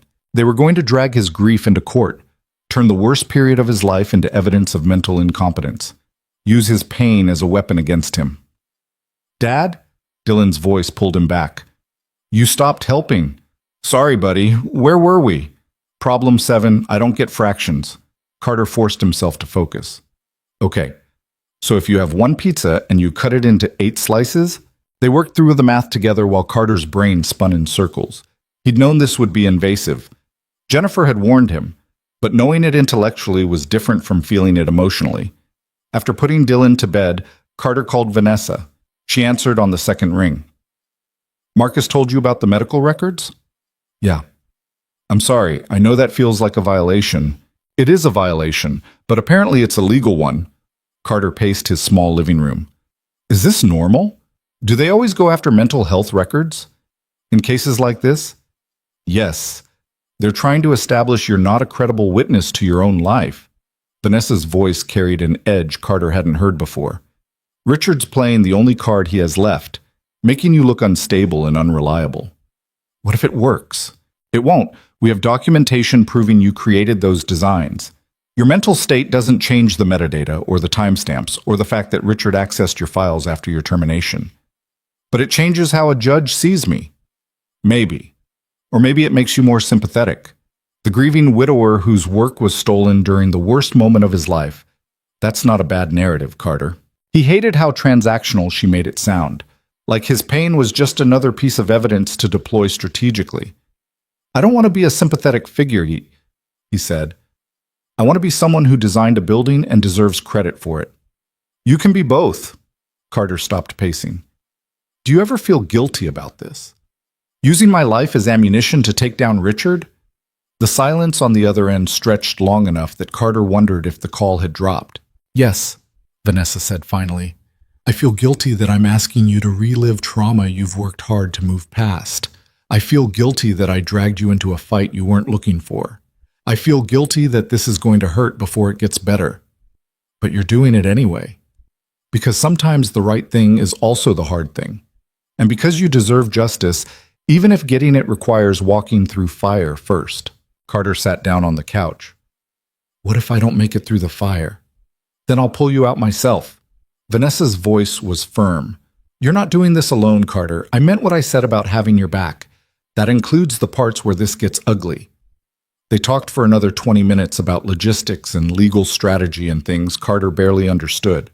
When he finally hung up, it was past midnight and exhaustion was pulling at his bones. But he also felt steadier. Like maybe he could actually survive this. The next 2 months were a blur of depositions and document review and meetings with lawyers. Carter gave his testimony over the course of 3 days, walking through every detail of how he'd created the Horizon Project. Marcus was relentless in preparation, making Carter repeat his story over and over until it was burned into his brain. "They're going to try to catch you in inconsistencies," Marcus explained. "Any detail that changes between now and trial becomes ammunition, so we need your story locked down." Richard's deposition happened in late May. Carter wasn't allowed to attend, but Jennifer gave him a summary afterward. "He's smooth," she said, "completely calm, utterly confident. He claims the Horizon Project was developed through collaborative sessions with multiple architects at his firm. Says your contribution was minimal, maybe some preliminary sketches that the team refined into the final design." "That's a lie." "I know, and we'll prove it. But he's good at lying, very believable." Carter thought about that a lot over the following weeks. How Richard could sit in a deposition and calmly claim credit for work he'd stolen. How he could rewrite history without flinching. It took a specific kind of person to do that. Someone completely disconnected from normal human conscience. Work on the West Loop building progressed steadily. The crew hit their milestones, and Carter found he actually enjoyed the management side of construction. There was satisfaction in coordinating moving pieces, solving problems before they became crises, seeing the project take shape through collective effort. Jess pulled him aside one afternoon in June while they were reviewing the electrical plans. "You're pretty good at this," she said. "At what?" "Managing. Most people either micromanage or completely check out. You found a middle ground." "Thanks, I think." "It's a compliment. You should consider doing this full-time, project management. There's good money in it, and you've got the temperament." Carter hadn't thought about his future beyond surviving the lawsuit. The idea that he might actually build a career out of this, something different from solo contracting but still connected to construction, felt strange and hopeful in equal measure. "I'll think about it," he said. That evening, he picked Dylan up from his last day of second grade. His son came running out of the building with a folder full of end-of-year artwork and a smile that could power the city. "I'm in third grade now," Dylan announced, like it was a personal achievement on par with climbing Everest. "You are? How does it feel?" "The same, but also different." They went to Dylan's favorite pizza place to celebrate, and for 2 hours Carter was just a dad having dinner with his kid. No lawyers, no depositions, no Richard Vaughn, just normal life. Walking back to the truck, Dylan slipped his hand into Carter's. "Dad? Are you still doing that thing with the building you made?" "The lawsuit?" "Yeah, buddy, still happening. Is it hard?" "Sometimes." "Are we going to be okay?" Carter squeezed his son's hand. "Yeah, we're going to be okay." "Good." Dylan swung their joined hands between them. "Because I don't want to move or change schools or anything. We're not going anywhere, I promise." It was a promise Carter hoped he could keep, because despite Vanessa's assurances and Marcus's confidence, there was still a very real possibility they'd lose. That Richard's lawyers would convince a judge that employment contracts trumped creative ownership. That Carter would end up with nothing except legal bills and a destroyed reputation.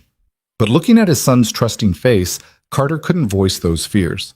So he just held Dylan's hand and pretended certainty he didn't feel. Later that night, after Dylan was asleep, Carter sat on his apartment's tiny balcony and called Vanessa. "Do you ever doubt we'll win?" he asked. "Every case has uncertainty, but I believe in our evidence." "That's not what I asked." Vanessa was quiet for a moment. "Yes, I have doubts. Richard's smart and connected and ruthless. There's a timeline where he wins through sheer attrition." Comforting. "But there's also a timeline where he gets exactly what he deserves. Where you walk out of that courthouse with your name restored and his reputation in ruins. And I think that timeline is more likely." "Based on what?" "Based on the fact that we have truth on our side. And while that doesn't always win, it wins more often than lies do." Carter wanted to believe her. Wanted to trust that justice was more than just a word lawyers threw around to make clients feel better. "Thank you," he said quietly. "For all of this. I know I haven't said that enough." You don't need to thank me. I'm doing this because it's right, not because I expect gratitude. Still, you've put your reputation behind this case. That means something. So have you. That means more. They talked until Carter's phone battery started dying, about nothing and everything. Vanessa told him about growing up with immigrant parents who valued education above all else, about the pressure of inheriting her father's company at 28 after his death, about learning to be ruthless in business while trying to stay human underneath. Carter told her about meeting Sarah in college, about their tiny wedding with 12 people in attendance, about the way she'd laughed at his terrible jokes even while dying.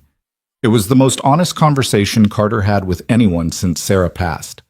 When he finally went to bed after 2 a.m., he felt less alone than he had in years.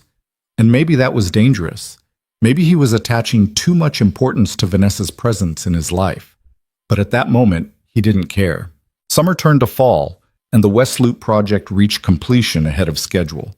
Carter stood in the renovated building on a September afternoon, watching afternoon light pour through the new windows, and felt something he hadn't experienced in years: pride in work well done.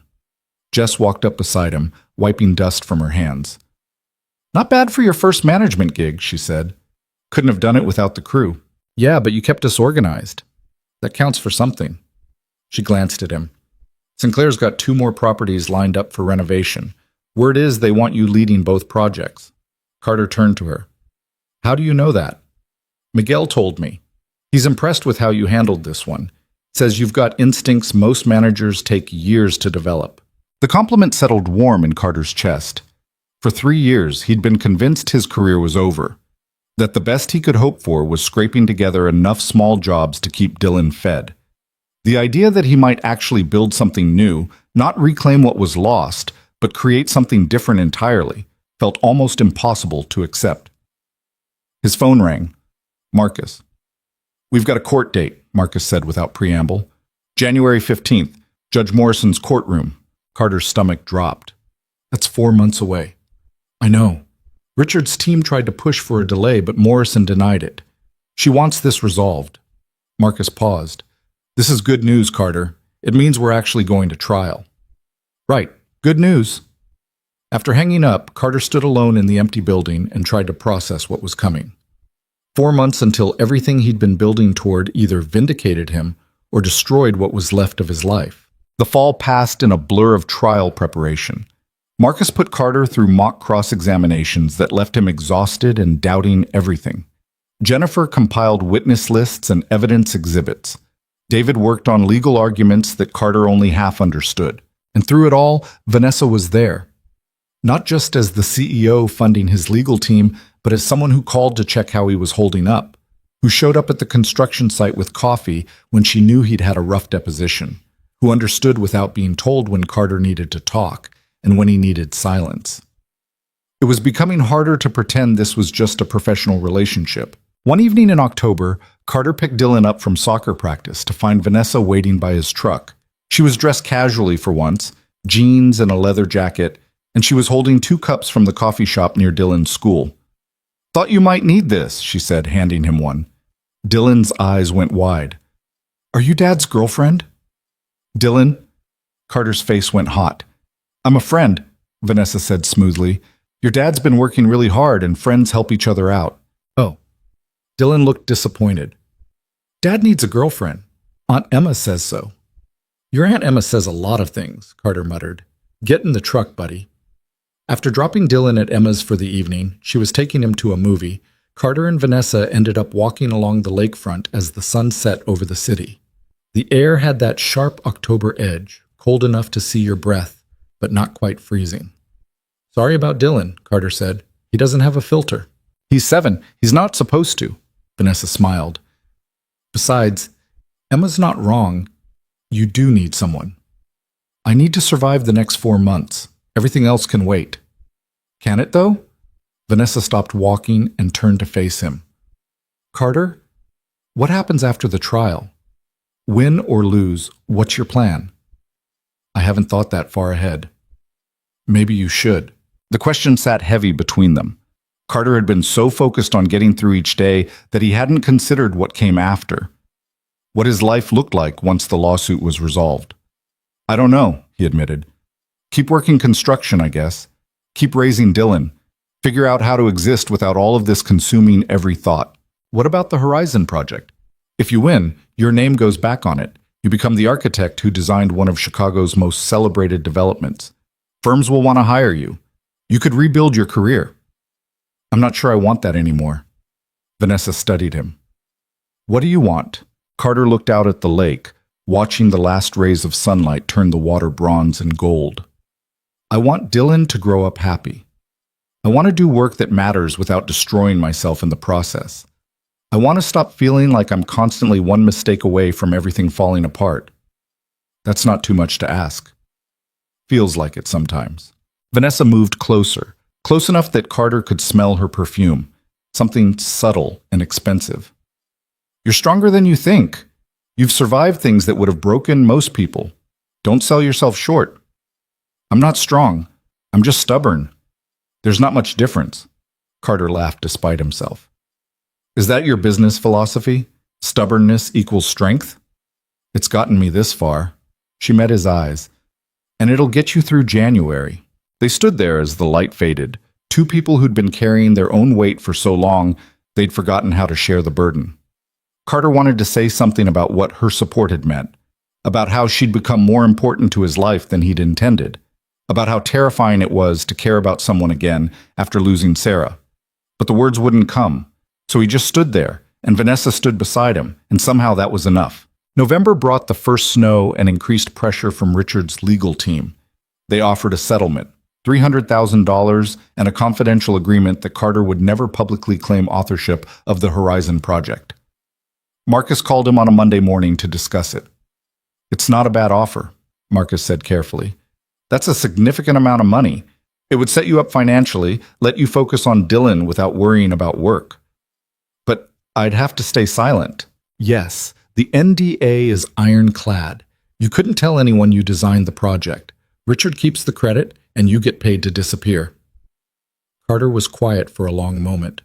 $300,000 would change his life, would pay for Dylan's college, would let him stop worrying about making rent every month, would be the practical, sensible choice. No, he said. Carter, I said no. This isn't about money. It never was. Then what is it about? Carter thought about Dylan asking why someone would steal his building, about the simple clarity of childhood logic that said, stolen things should be returned. It's about my son knowing his father didn't back down when someone tried to erase him. It's about not teaching Dylan that integrity has a price tag. He paused. Tell Richard his money doesn't interest me. I'll see him in court. Marcus was quiet for a beat. All right. I'll relay your decision. And Marcus? Thanks for asking instead of just telling me to take it. You're the client. This is your call to make. After hanging up, Carter felt lighter. The money would have been easy, but easy wasn't always right. He told Vanessa about the settlement offer that evening over dinner at a quiet restaurant in Andersonville.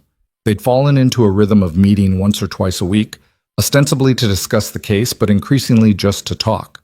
Richard's getting desperate, Vanessa said. $300,000 is substantial. He wouldn't offer that unless he was worried.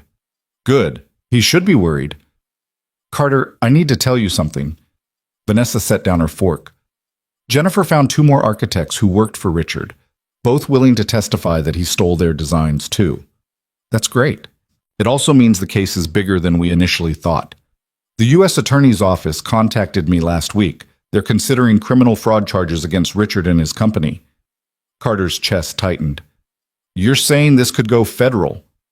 It already is federal. The question is whether they pursue prosecution. Vanessa leaned forward. If they do, you'll be a key witness. It'll mean more depositions, more testimony, more of your life under scrutiny. But it means Richard actually faces consequences. Real ones, not just losing a civil case. Yes, but it also means this drags out longer. Potentially years longer. Carter sat back, processing this. He'd committed to fighting for justice, but he hadn't imagined it extending beyond the January trial date. The thought of years more of this was exhausting. What do you think I should do? He asked. I think you should do what you've been doing. Tell the truth and let the chips fall where they may. Vanessa reached across the table and took his hand. But I also think you should know that whatever you decide, I'm here. This isn't just a case to me anymore, Carter. You're not just a client. The admission hung in the air between them. I know, Carter said quietly. You're not just my lawyer either. Good, because I was worried I was alone in that. They sat there holding hands across the table, and for the first time since Sarah died, Carter let himself imagine what it might feel like to open his heart again, to trust someone with the broken pieces, to believe that maybe loss wasn't the end of the story. December came with bitter cold and the final stretch of trial preparation. Carter spent his days working and his evenings reviewing testimony with Marcus. Dylan was struggling with the attention at school. Other kids had seen the news coverage, and some of them had questions their parents had clearly coached them to ask. Marcus from my class says his dad says you're suing a rich guy, Dylan reported one afternoon. He wanted to know if we're going to be rich too. What did you tell him? That it's not about money. It's about making sure bad people don't win. Dylan looked up at Carter. That's right, isn't it? Yeah, buddy, that's exactly right. Christmas was quiet. Just Carter, Dylan, and Emma at her apartment, exchanging modest gifts and eating too much food. Emma pulled Carter aside while Dylan was distracted with his new Lego set. You look different, she observed. Different how? Less tired. Less like you're carrying the weight of the world. She smiled. Vanessa's good for you. We're not. It's not like that. Sure it's not. That's why you talk to her every day and smile whenever her name comes up. Carter felt heat creep up his neck. I care about her, but I'm not ready for anything serious. It's too soon after Sarah. Sarah's been gone almost 4 years, Carter. At some point, it's not too soon anymore. It's just fear. The words stung because they were true. Sarah would have wanted him to move on, would have been frustrated by his insistence on mourning her forever. She'd made him promise in those final weeks that he'd let himself be happy again. But knowing what Sarah wanted and actually doing it were different things. Emma squeezed his shoulder. I'm not saying rush into anything. Just don't close yourself off because you're scared. You deserve to be happy. I'll think about it. Good. Now go help your son with that Lego Death Star before he gets frustrated and throws pieces at the cat.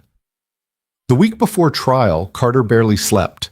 He ran through his testimony 100 times, second-guessing every answer. Marcus assured him he was ready, but Carter didn't feel ready. He felt terrified. The night before they were set to begin, Vanessa showed up at his apartment with takeout and a determination to get Carter's mind off the trial. We're not talking about the case, she announced, setting containers of Thai food on his kitchen counter. We're eating, watching something mindless on TV, and pretending tomorrow isn't happening. I'm not sure I can pretend that. Try anyway. They ate pad Thai and watched a cooking competition show that neither of them really cared about. Dylan had already gone to Emma's for the week. Carter didn't want him around for the media circus the trial would bring. The apartment felt too quiet without his son's energy filling the space. Halfway through the second episode, Carter turned off the TV. I'm scared, he admitted. I know. What if we lose? What if I put Dylan through all of this and end up with nothing? Vanessa shifted to face him on the couch. Then you'll still have shown him that some things are worth fighting for, that integrity matters more than comfort, that his father was brave enough to stand up for what was right. That's a nice speech, but it doesn't pay the bills if Richard destroys my reputation. Your reputation is already being rebuilt. The contractors who dropped you, 3 of them have reached out in the past month asking if you're available for work. The industry is watching this case, Carter. People are rooting for you. And if those people are disappointed, then we figure out plan B together. Vanessa took his hand. You're not doing this alone. You keep acting like you are, but you're not. Carter looked at their joined hands. I'm not good at accepting help. Sarah used to get so frustrated with me about that. I'd rather struggle alone than admit I needed someone. I've noticed. It's one of your less charming qualities. He laughed despite the tension. Sorry. Don't apologize. Just try to remember that strength isn't always about handling everything yourself. Sometimes it's about letting other people help carry the weight. They sat in silence for a while, the cooking show forgotten. Eventually, Vanessa shifted closer, resting her head on Carter's shoulder. He put his arm around her, and they stayed like that until exhaustion pulled them both toward sleep. Carter woke up on the couch at 3 a.m. to find Vanessa still there, curled against him. He should wake her, should send her home, Should maintain some professional distance before walking into a courtroom in a few hours. Instead, he pulled the blanket from the back of the couch over both of them and went back to sleep. January 15th dawned gray and bitterly cold. Carter stood outside the courthouse in his borrowed suit, the same one he'd worn to that disastrous date with Chloe a year ago, and watched reporters gather on the steps. Marcus appeared beside him. "Ready?" "No, but let's do it anyway." The courtroom was smaller than Carter expected. Wood paneling, fluorescent lights, uncomfortable benches for spectators. Richard sat at the defense table with 3 lawyers in expensive suits, looking calm and completely unbothered. He glanced at Carter once, his expression unreadable, then turned back to his attorneys. Judge Morrison was a woman in her 60s with sharp eyes and no patience for grandstanding. She called the court to order and ran through preliminary instructions with the efficiency of someone who'd done this 1,000 times. The trial lasted 6 days. Carter testified for 8 hours total, walking through every detail of how he'd created the Horizon Project. Marcus led him through the timeline carefully, establishing his wife's illness, his isolation, his need to create something beautiful during the darkest period of his life. Richard's lawyer, a man named Hastings, who looked like he charged $1,000 an hour, tried to tear Carter's credibility apart on cross-examination. "Mr. Hayes, isn't it true you were terminated from Vaughn and Associates for performance issues?" "I was terminated 3 weeks after my wife died." Richard claimed it was performance-related, but that's not accurate. "Did you or did you not miss multiple deadlines in the months before your termination?" "I missed one deadline because I was taking care of my dying wife." "So you were, in fact, unable to fulfill your professional obligations." "I was dealing with a personal tragedy while trying to keep my job." "Those are different things." Hastings paced in front of the witness stand. "You've testified that you created the Horizon Project at home on your personal time. But you were employed by Vaughn and Associates during that period, correct?" "Yes." "And your employment contract stated that any designs created during your tenure belonged to the company." "The contract said designs created for the company belonged to the company. The Horizon Project wasn't for Vaughn and Associates. It was personal work." "Personal work you never showed anyone, never mentioned to colleagues, never attempted to develop or monetize." Hastings smiled. "Mr. Hayes, isn't it possible you're simply misremembering the timeline? That you did some preliminary sketches that the team at Vaughn and Associates then developed into the final project?" "No, that's not what happened." "But you were grieving, under tremendous stress, taking medication for depression and seeing a therapist. Is it possible your memory of this period is unreliable?" Marcus stood. "Objection. Counsel is speculating about the witness's mental state." "Sustained," Judge Morrison said. "Move on, Mr. Hastings." The cross-examination continued like that for hours. Hastings picking at every detail, trying to find inconsistencies or holes in Carter's testimony. But Carter held firm. He knew what he'd created, knew when and how and why. No amount of legal maneuvering could change the truth. Jennifer testified about the digital forensics, the metadata proving Carter had created every design file, the security footage showing Richard accessing Carter's cloud storage days after his termination, the witness statements from former Vaughn employees. The 2 other architects Richard had stolen from took the stand and described eerily similar patterns. Junior employees whose work had been appropriated, designs claimed by Richard as his own, careers destroyed when they tried to speak up. By the time the prosecution rested, the evidence was overwhelming. Richard took the stand on the 5th day. He was smooth, exactly as Jennifer had warned, calm, articulate, completely believable, as he explained how the Horizon Project had been a collaborative effort across his entire firm. How Carter had contributed some preliminary ideas that the team had refined. How unfortunate it was that Carter's grief had led him to misremember his role in the process. "Mr. Hayes was going through a difficult time," Richard said, his voice dripping with false sympathy. "I understand why he might want to believe he was responsible for something great, but the reality is that the Horizon Project was the result of dozens of people's contributions, not one individual's work." Watching him lie with such ease made Carter's stomach turn. This was a man who felt no shame, no remorse, no awareness that what he'd done was wrong. To Richard, stealing was just business. Destroying careers was just the cost of building an empire. Marcus's cross-examination was surgical. Mr. Vaughn, you testified that the Horizon project was collaborative. Can you name the other architects who worked on it? Richard listed several names smoothly. And do any of those people have design files from the project on their computers? I'm not sure. That would have been several years ago. We've subpoenaed their computers. None of them have any Horizon project files. In fact, none of them have any record of working on the project at all. Marcus pulled out a document. This is an email from Janet Morrison, one of the architects you just named. She states she never worked on the Horizon project and was surprised to be listed as a contributor. Richard's expression didn't change. Then I was mistaken about her involvement. Or you're lying about the collaboration entirely. Objection! Hastings jumped to his feet. Sustained. Watch yourself, counsel. Marcus moved on. Mr. Vaughn, when did you first learn about Mr. Hayes's work on the Horizon project? I'm not sure I understand the question. When did you first become aware that Carter Hayes had designed a waterfront development project? Mr. Hayes never showed me any such designs. That's not what I asked. When did you first see the files? Richard paused for just a fraction of a second. I don't recall seeing any personal files from Mr. Hayes. Really? Because security footage from your office shows you accessing his cloud storage on January 25th, 2023, 3 days after you terminated him.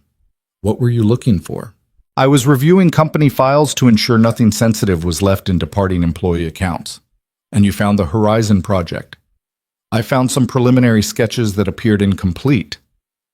Preliminary sketches that you then developed into a billion-dollar project within 6 months? Marcus's voice was sharp. Mr. Vaughn, how did you complete a project of that scope so quickly if it was truly just preliminary work? We had a talented team, a team with no design files, no documentation, no record of having worked on the project. Marcus leaned forward. Because you stole completed work from Carter Hayes and claimed it as your own, didn't you? I did no such thing.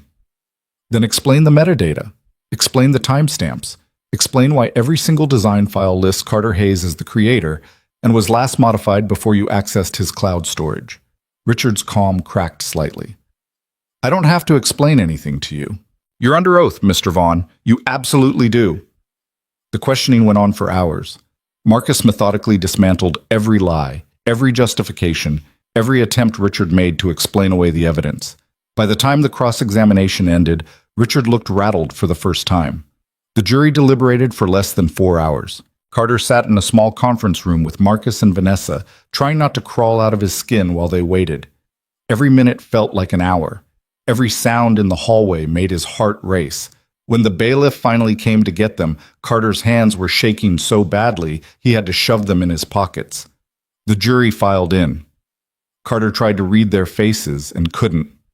Judge Morrison addressed the courtroom. Has the jury reached a verdict? The forewoman stood. We have, Your Honor. Please read the verdict. In the case of Hayes versus Vaughn and Associates, we find in favor of the plaintiff, Carter Hayes.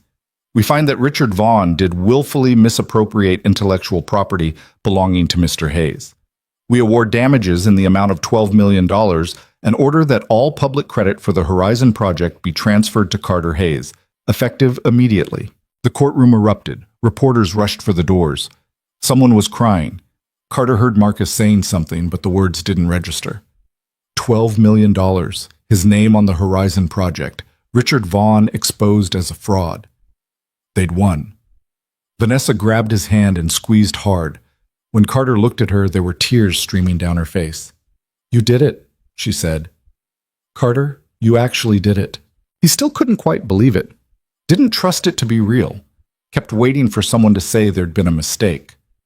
But then Judge Morrison was calling for order, and Richard's lawyers were filing protests that the judge dismissed, and the reality of what had just happened started to sink in. He'd won. After everything. After 3 years of grief and silence and making himself small. After months of depositions and harassment and having his life torn apart, he'd actually won. Outside the courthouse, reporters swarmed. Carter stood at the microphones with Marcus and Vanessa flanking him and tried to find words for what he was feeling. I didn't do this for money, he said, his voice rough. I did this because my work was stolen and I deserved to have my name attached to it. I did this because other architects need to know that people like Richard Vaughn can be held accountable. I did this for my son, so he'd know his father didn't back down when someone tried to erase him.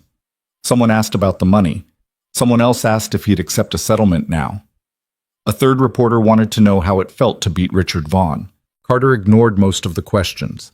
He made a brief statement thanking his legal team and the jury, then let Marcus handle the rest. Vanessa pulled him aside as they left the courthouse. "The U.S. Attorney's Office called," she said quietly. "They're moving forward with criminal fraud charges against Richard. They'll need you to testify, but they're confident about conviction." "How long?" "Another year, maybe." "But Carter, this is over. Your part is done. Everything from here is just confirmation." Carter nodded, still processing. "I need to see Dylan." "I'll drive you." They picked Dylan up from Emma's house an hour later.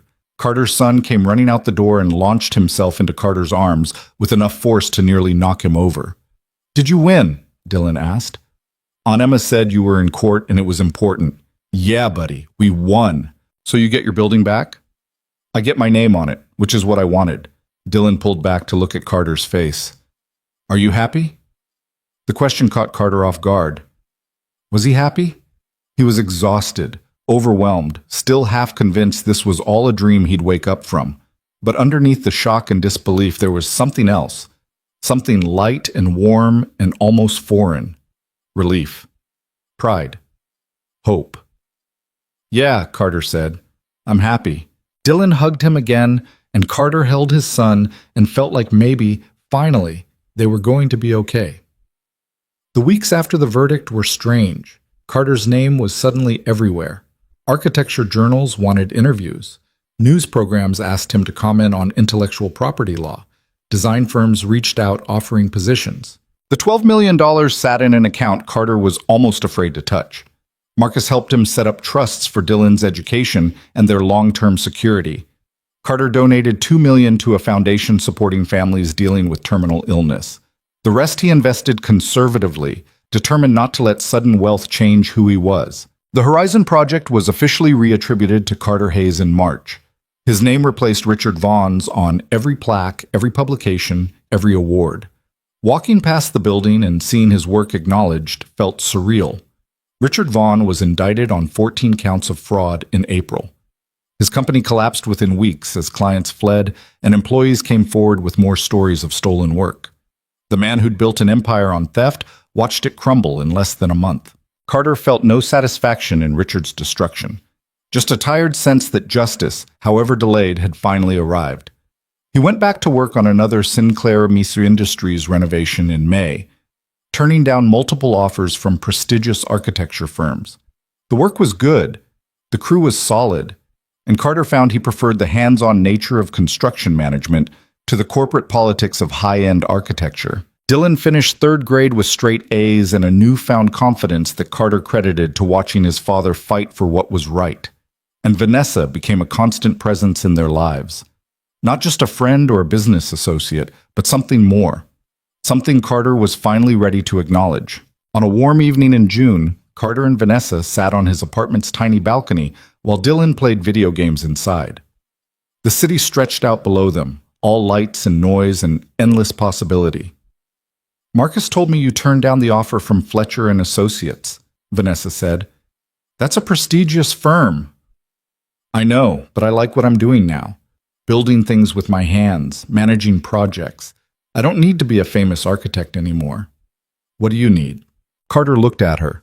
At this woman who'd sat in the cold to understand who he was, who'd risked her reputation to help him fight an impossible battle, who'd become essential to his life without him quite realizing when it happened.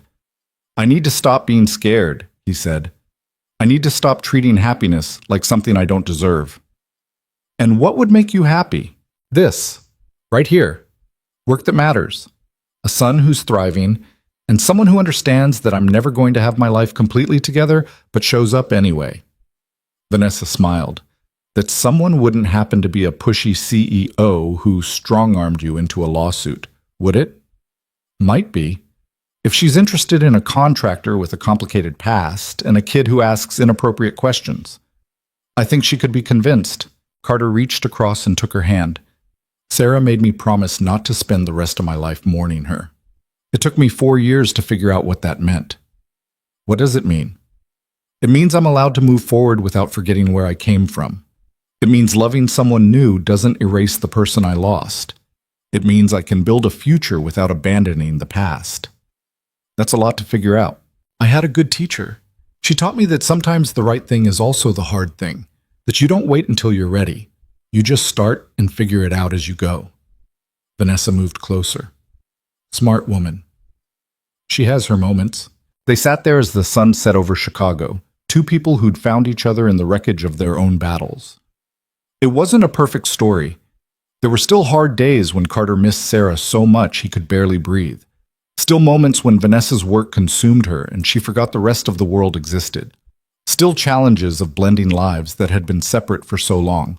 But they were building something real, something honest, something that acknowledged the scars they both carried while moving forward anyway. Dylan appeared in the doorway. Are you guys going to kiss? Because Marcus from school says when grown-ups sit close like that, they're going to kiss. Carter's face went red. Marcus from school needs to mind his own business. So are you? Vanessa laughed. Would that be okay with you if we did? Dylan considered this seriously. I guess, but not like gross kissing, just normal kissing. We'll try to keep it normal, Carter said. Now go finish your game. It's almost bedtime. After Dylan disappeared back inside, Vanessa turned to Carter with raised eyebrows. No pressure, she said. None at all. Carter leaned in and kissed her.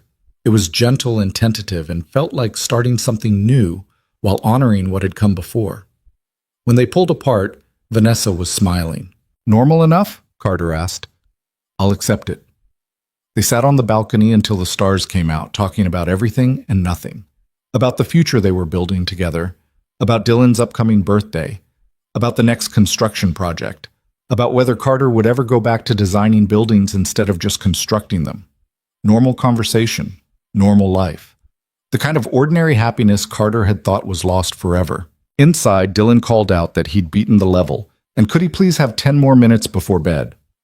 Carter called back that fine 10 more minutes, but then teeth brushing was non-negotiable. Vanessa leaned her head on his shoulder. You're good at this.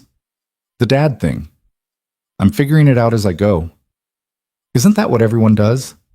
Probably, but it feels like other people have it more together. They don't.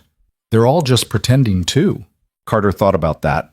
About how he'd spent years feeling like everyone else knew secrets to life he'd never learned.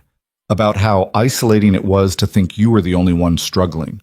About how connection, real, honest connection, came from admitting you didn't have all the answers. Thank you, he said quietly. For what?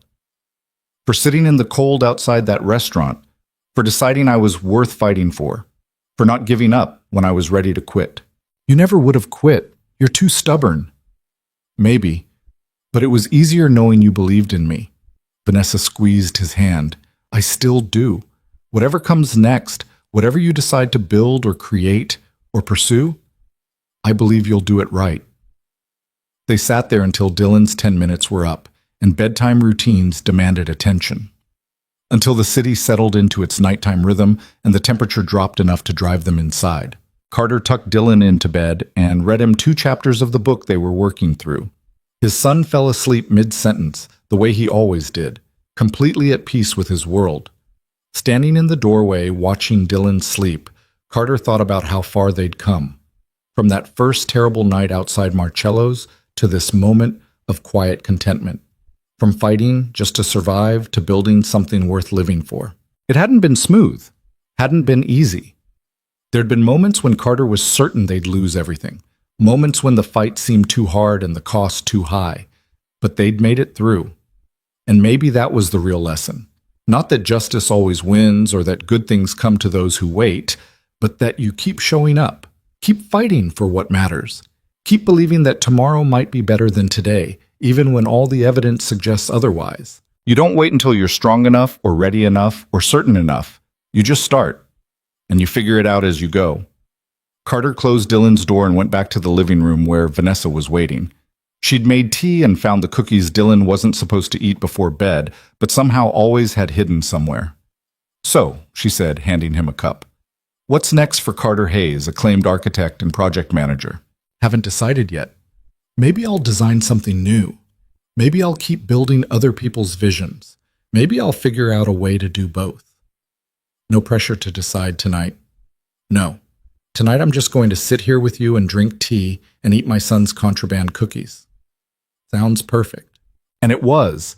Not because everything was resolved or all the pieces had fallen into place, but because after years of carrying weight alone, Carter had finally learned to share it, had finally let people in, had finally accepted that moving forward didn't mean forgetting what came before. Sarah would have liked Vanessa, he thought, would have appreciated her directness and her refusal to let Carter hide behind his grief. Would have been glad he'd found someone who understood that love wasn't about completion or perfection, but about showing up honestly even when it was hard. The Horizon Project stood on Chicago's waterfront with Carter's name on it now, a monument to what he'd created during the darkest time of his life. Proof that beauty could emerge from pain if you were brave enough to build it. But the real achievement wasn't the building, it was this. Sitting in his small apartment with someone he cared about, his son asleep down the hall, a future stretching out before him that held possibility instead of just survival. It was learning that justice sometimes requires patience, and that fighting for what's right doesn't always feel heroic in the moment. It was understanding that strength isn't about never breaking. It's about putting yourself back together afterward and choosing to keep going. It was believing finally that he deserved good things, that happiness wasn't betrayal, that moving forward honored the past instead of abandoning it. Carter Hayes had lost his wife, his career, and almost everything else. But he'd also found his way back to himself. And that, more than any verdict or any amount of money, was the victory that mattered. Thank you so much for watching all the way to the end. If this story touched your heart or inspired you in any way, please take a moment to like, share, and subscribe to support the channel. Your support helps us create more emotional stories filled with hope, family, second chances, and unforgettable life lessons. Don't forget to turn on the notification bell so you never miss a new story. See you in the next video.